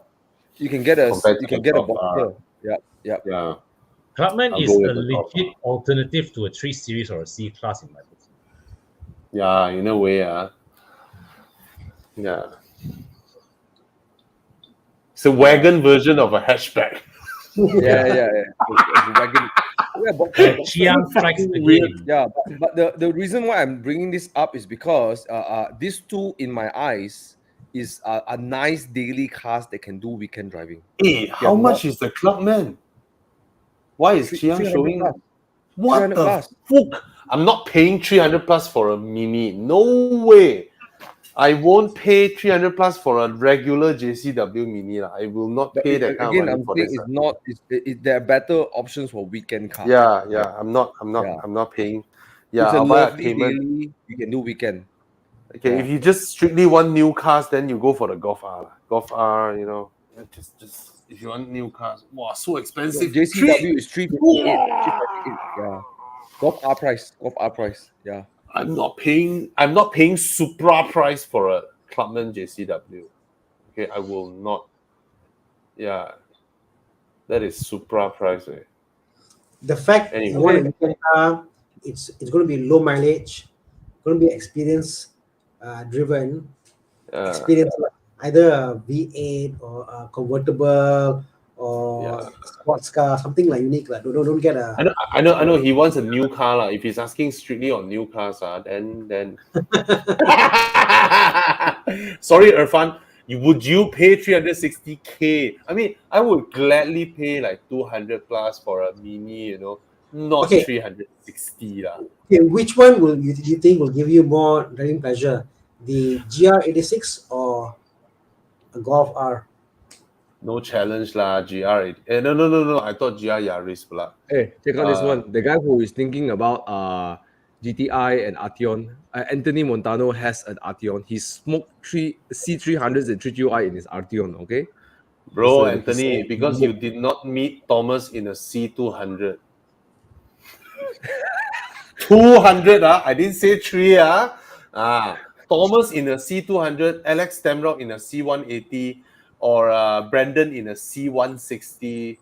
Brendan in a Toyota Camry hybrid. Yeah. Or suddenly you're doing all this, right? And then Uncle YS Kong pass by in a Suzuki Swift.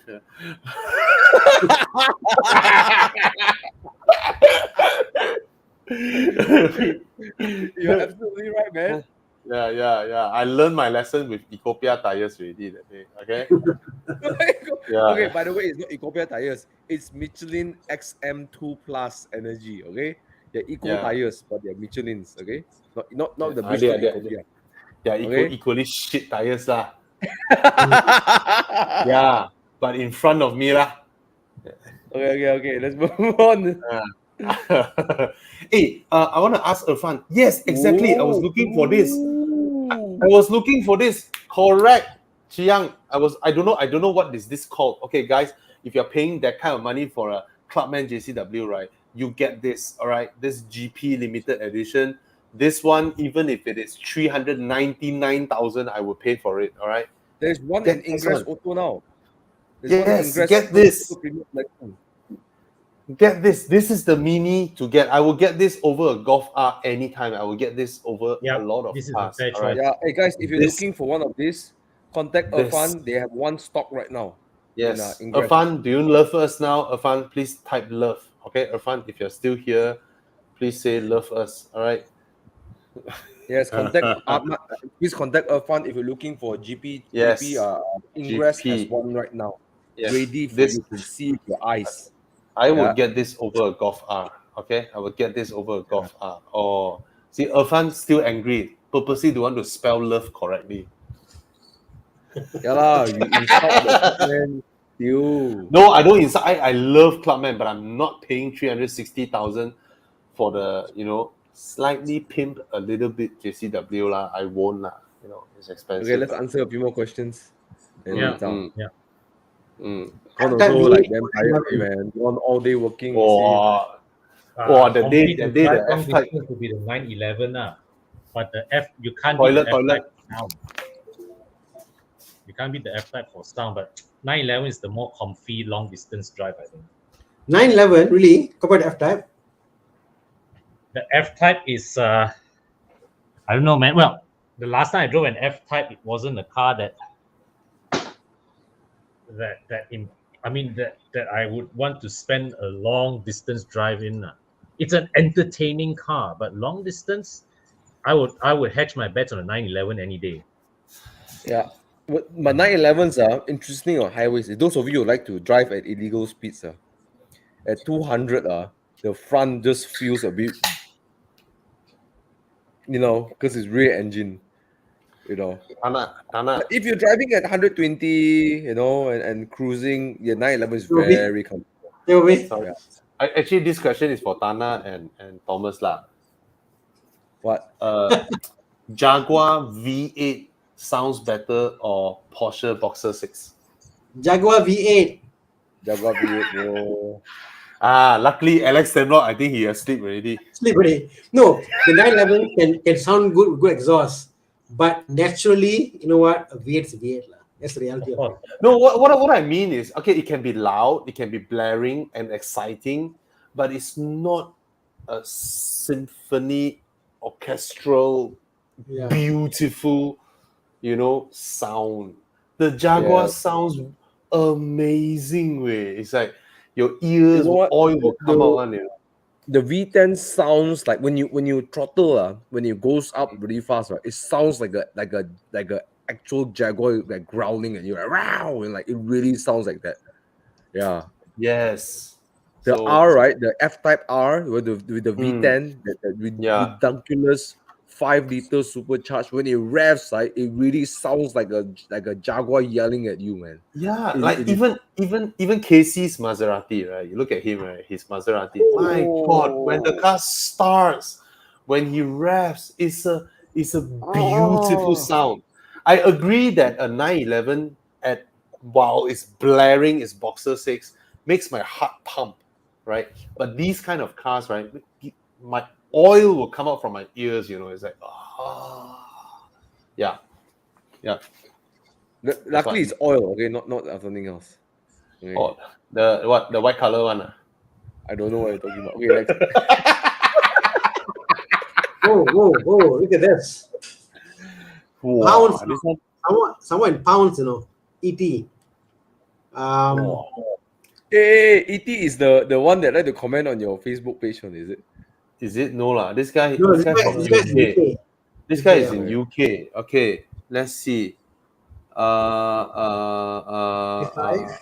63, today's control, 0.7, no convertibles. Hey, what engine is the SL63? Is it still the 6.2 or 5.5 V8? The 2010 is the V8. 07 would be the 6.2, I think. Really? I think should be 6.2, right? If it's the 07 to 10. The older ones are the same CC, same. Yeah. The V8, sorry, the V8s. The Sorry? 5.5 would be the later, V8. like 11, 12, 13 thereabouts. The V8. All right. So Okay, the Gran Turismo is nice there. it's nice, but if it's all within your budget, right? I really do think that the SL deserves some love, and I don't think you will be able to get a 6.2 liter V8 in a Mercedes Again, not ever. Yeah. No. Yeah. So for me, it's always Mercedes. the 6.2 Mercedes. V8 Mercedes. Even though the Maserati sounds beautiful. And the two Maseratis are not convertible. So there you have it. Please get the SL63, since you guys won't have to pay more road tax for a larger engine, unlike us in Malaysia. Yeah. Please. Okay. One day I need to get myself into a Mercedes, and SL is a good start because all the Mercedes I like, right, I cannot afford. And SL is the kind of, because Mercedes are the anything below the SL or S they chin-chai make the cars. In a way, I felt. So the SL is nice. It's nice. Yeah. Yes. Yes. Bye. Bye. Please buy. Quick one, Bye. Macan 2.0 GLC 200. Which one better? Macan. Macan. I'll buy Macan. I'll buy Macan. Next Macan, one. Macan. 730 Li FO2 213 reliability. Okay, It's the reliability. N54B. N54, right? No issue. Yeah. Reliable. Okay. It's the N54, Mazda right? Yeah. Cheap. Yeah. Mazda 6 or a 528. 528. 528i for me. 528i. As good as a Mazda is 528i. Okay. Should you get the CLA 45S today or wait for the 43, 63, the new ones? Those are the 2-liter or whatever, Get right? the CLA now.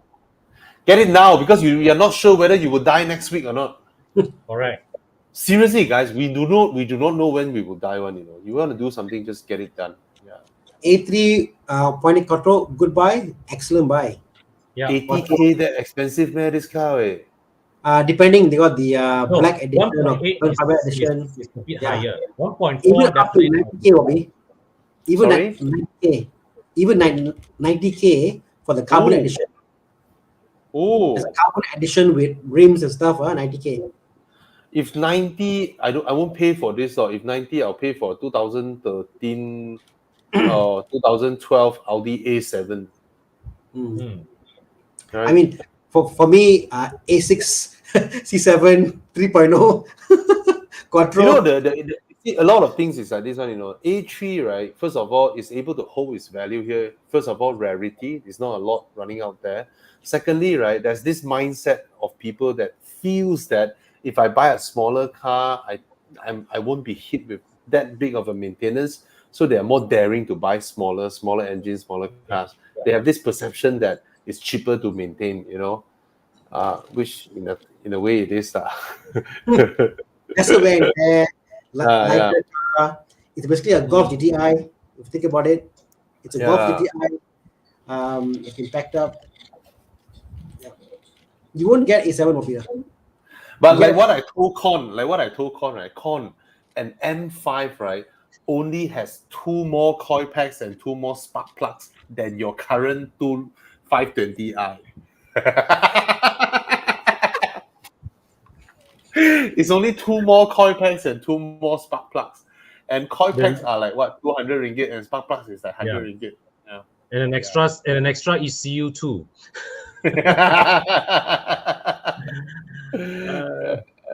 Okay. Thomas, you okay or not? You look tired suddenly. No. How can I join Evo Club Morning Drives? club.evomalaysia.com.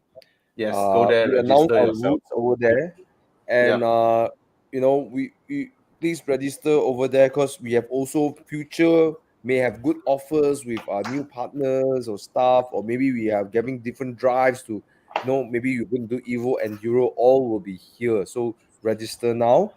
Right? Yeah, guys, register yourself. There's a lot of things you can do here, and this is a very special portal that is for you. It's for car owners. It's your own place, right? We can't access your stuff. It was designed so that we cannot access your stuff. I cannot see what picture you post there, right? You post your own naked picture or whatever shit, I cannot see it, right? The thing is for you to register your own car, put in your own pictures, for you to come back and upload pictures. You service your car, you can take a picture of your receipt and all that. You can upload it attached to your own car. You can do whatever there, and then you can see all of us Horizon team members' channels, our latest video updates and all that, and then the drive announcements, and then we have any promo stuff is there.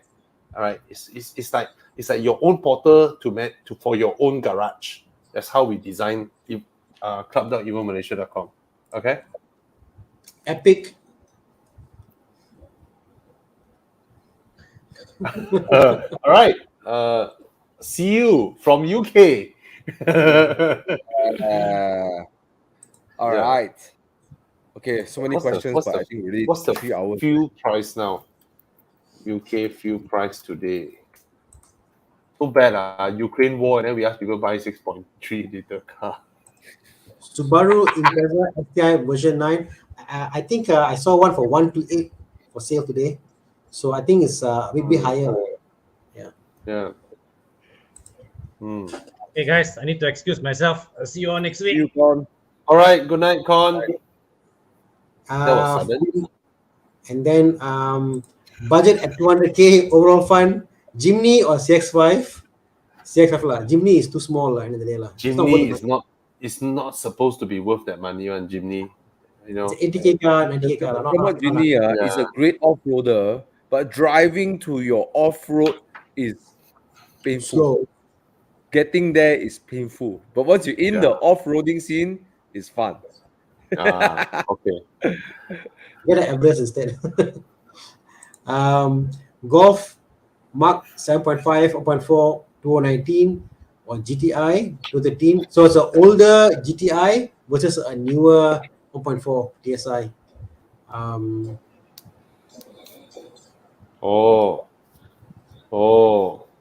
2013-14 is Mark 7 also. Mark 7, both Mark 7. I get a GTI lah. 2 liter, 6-speed dual clutch. Get that. All right.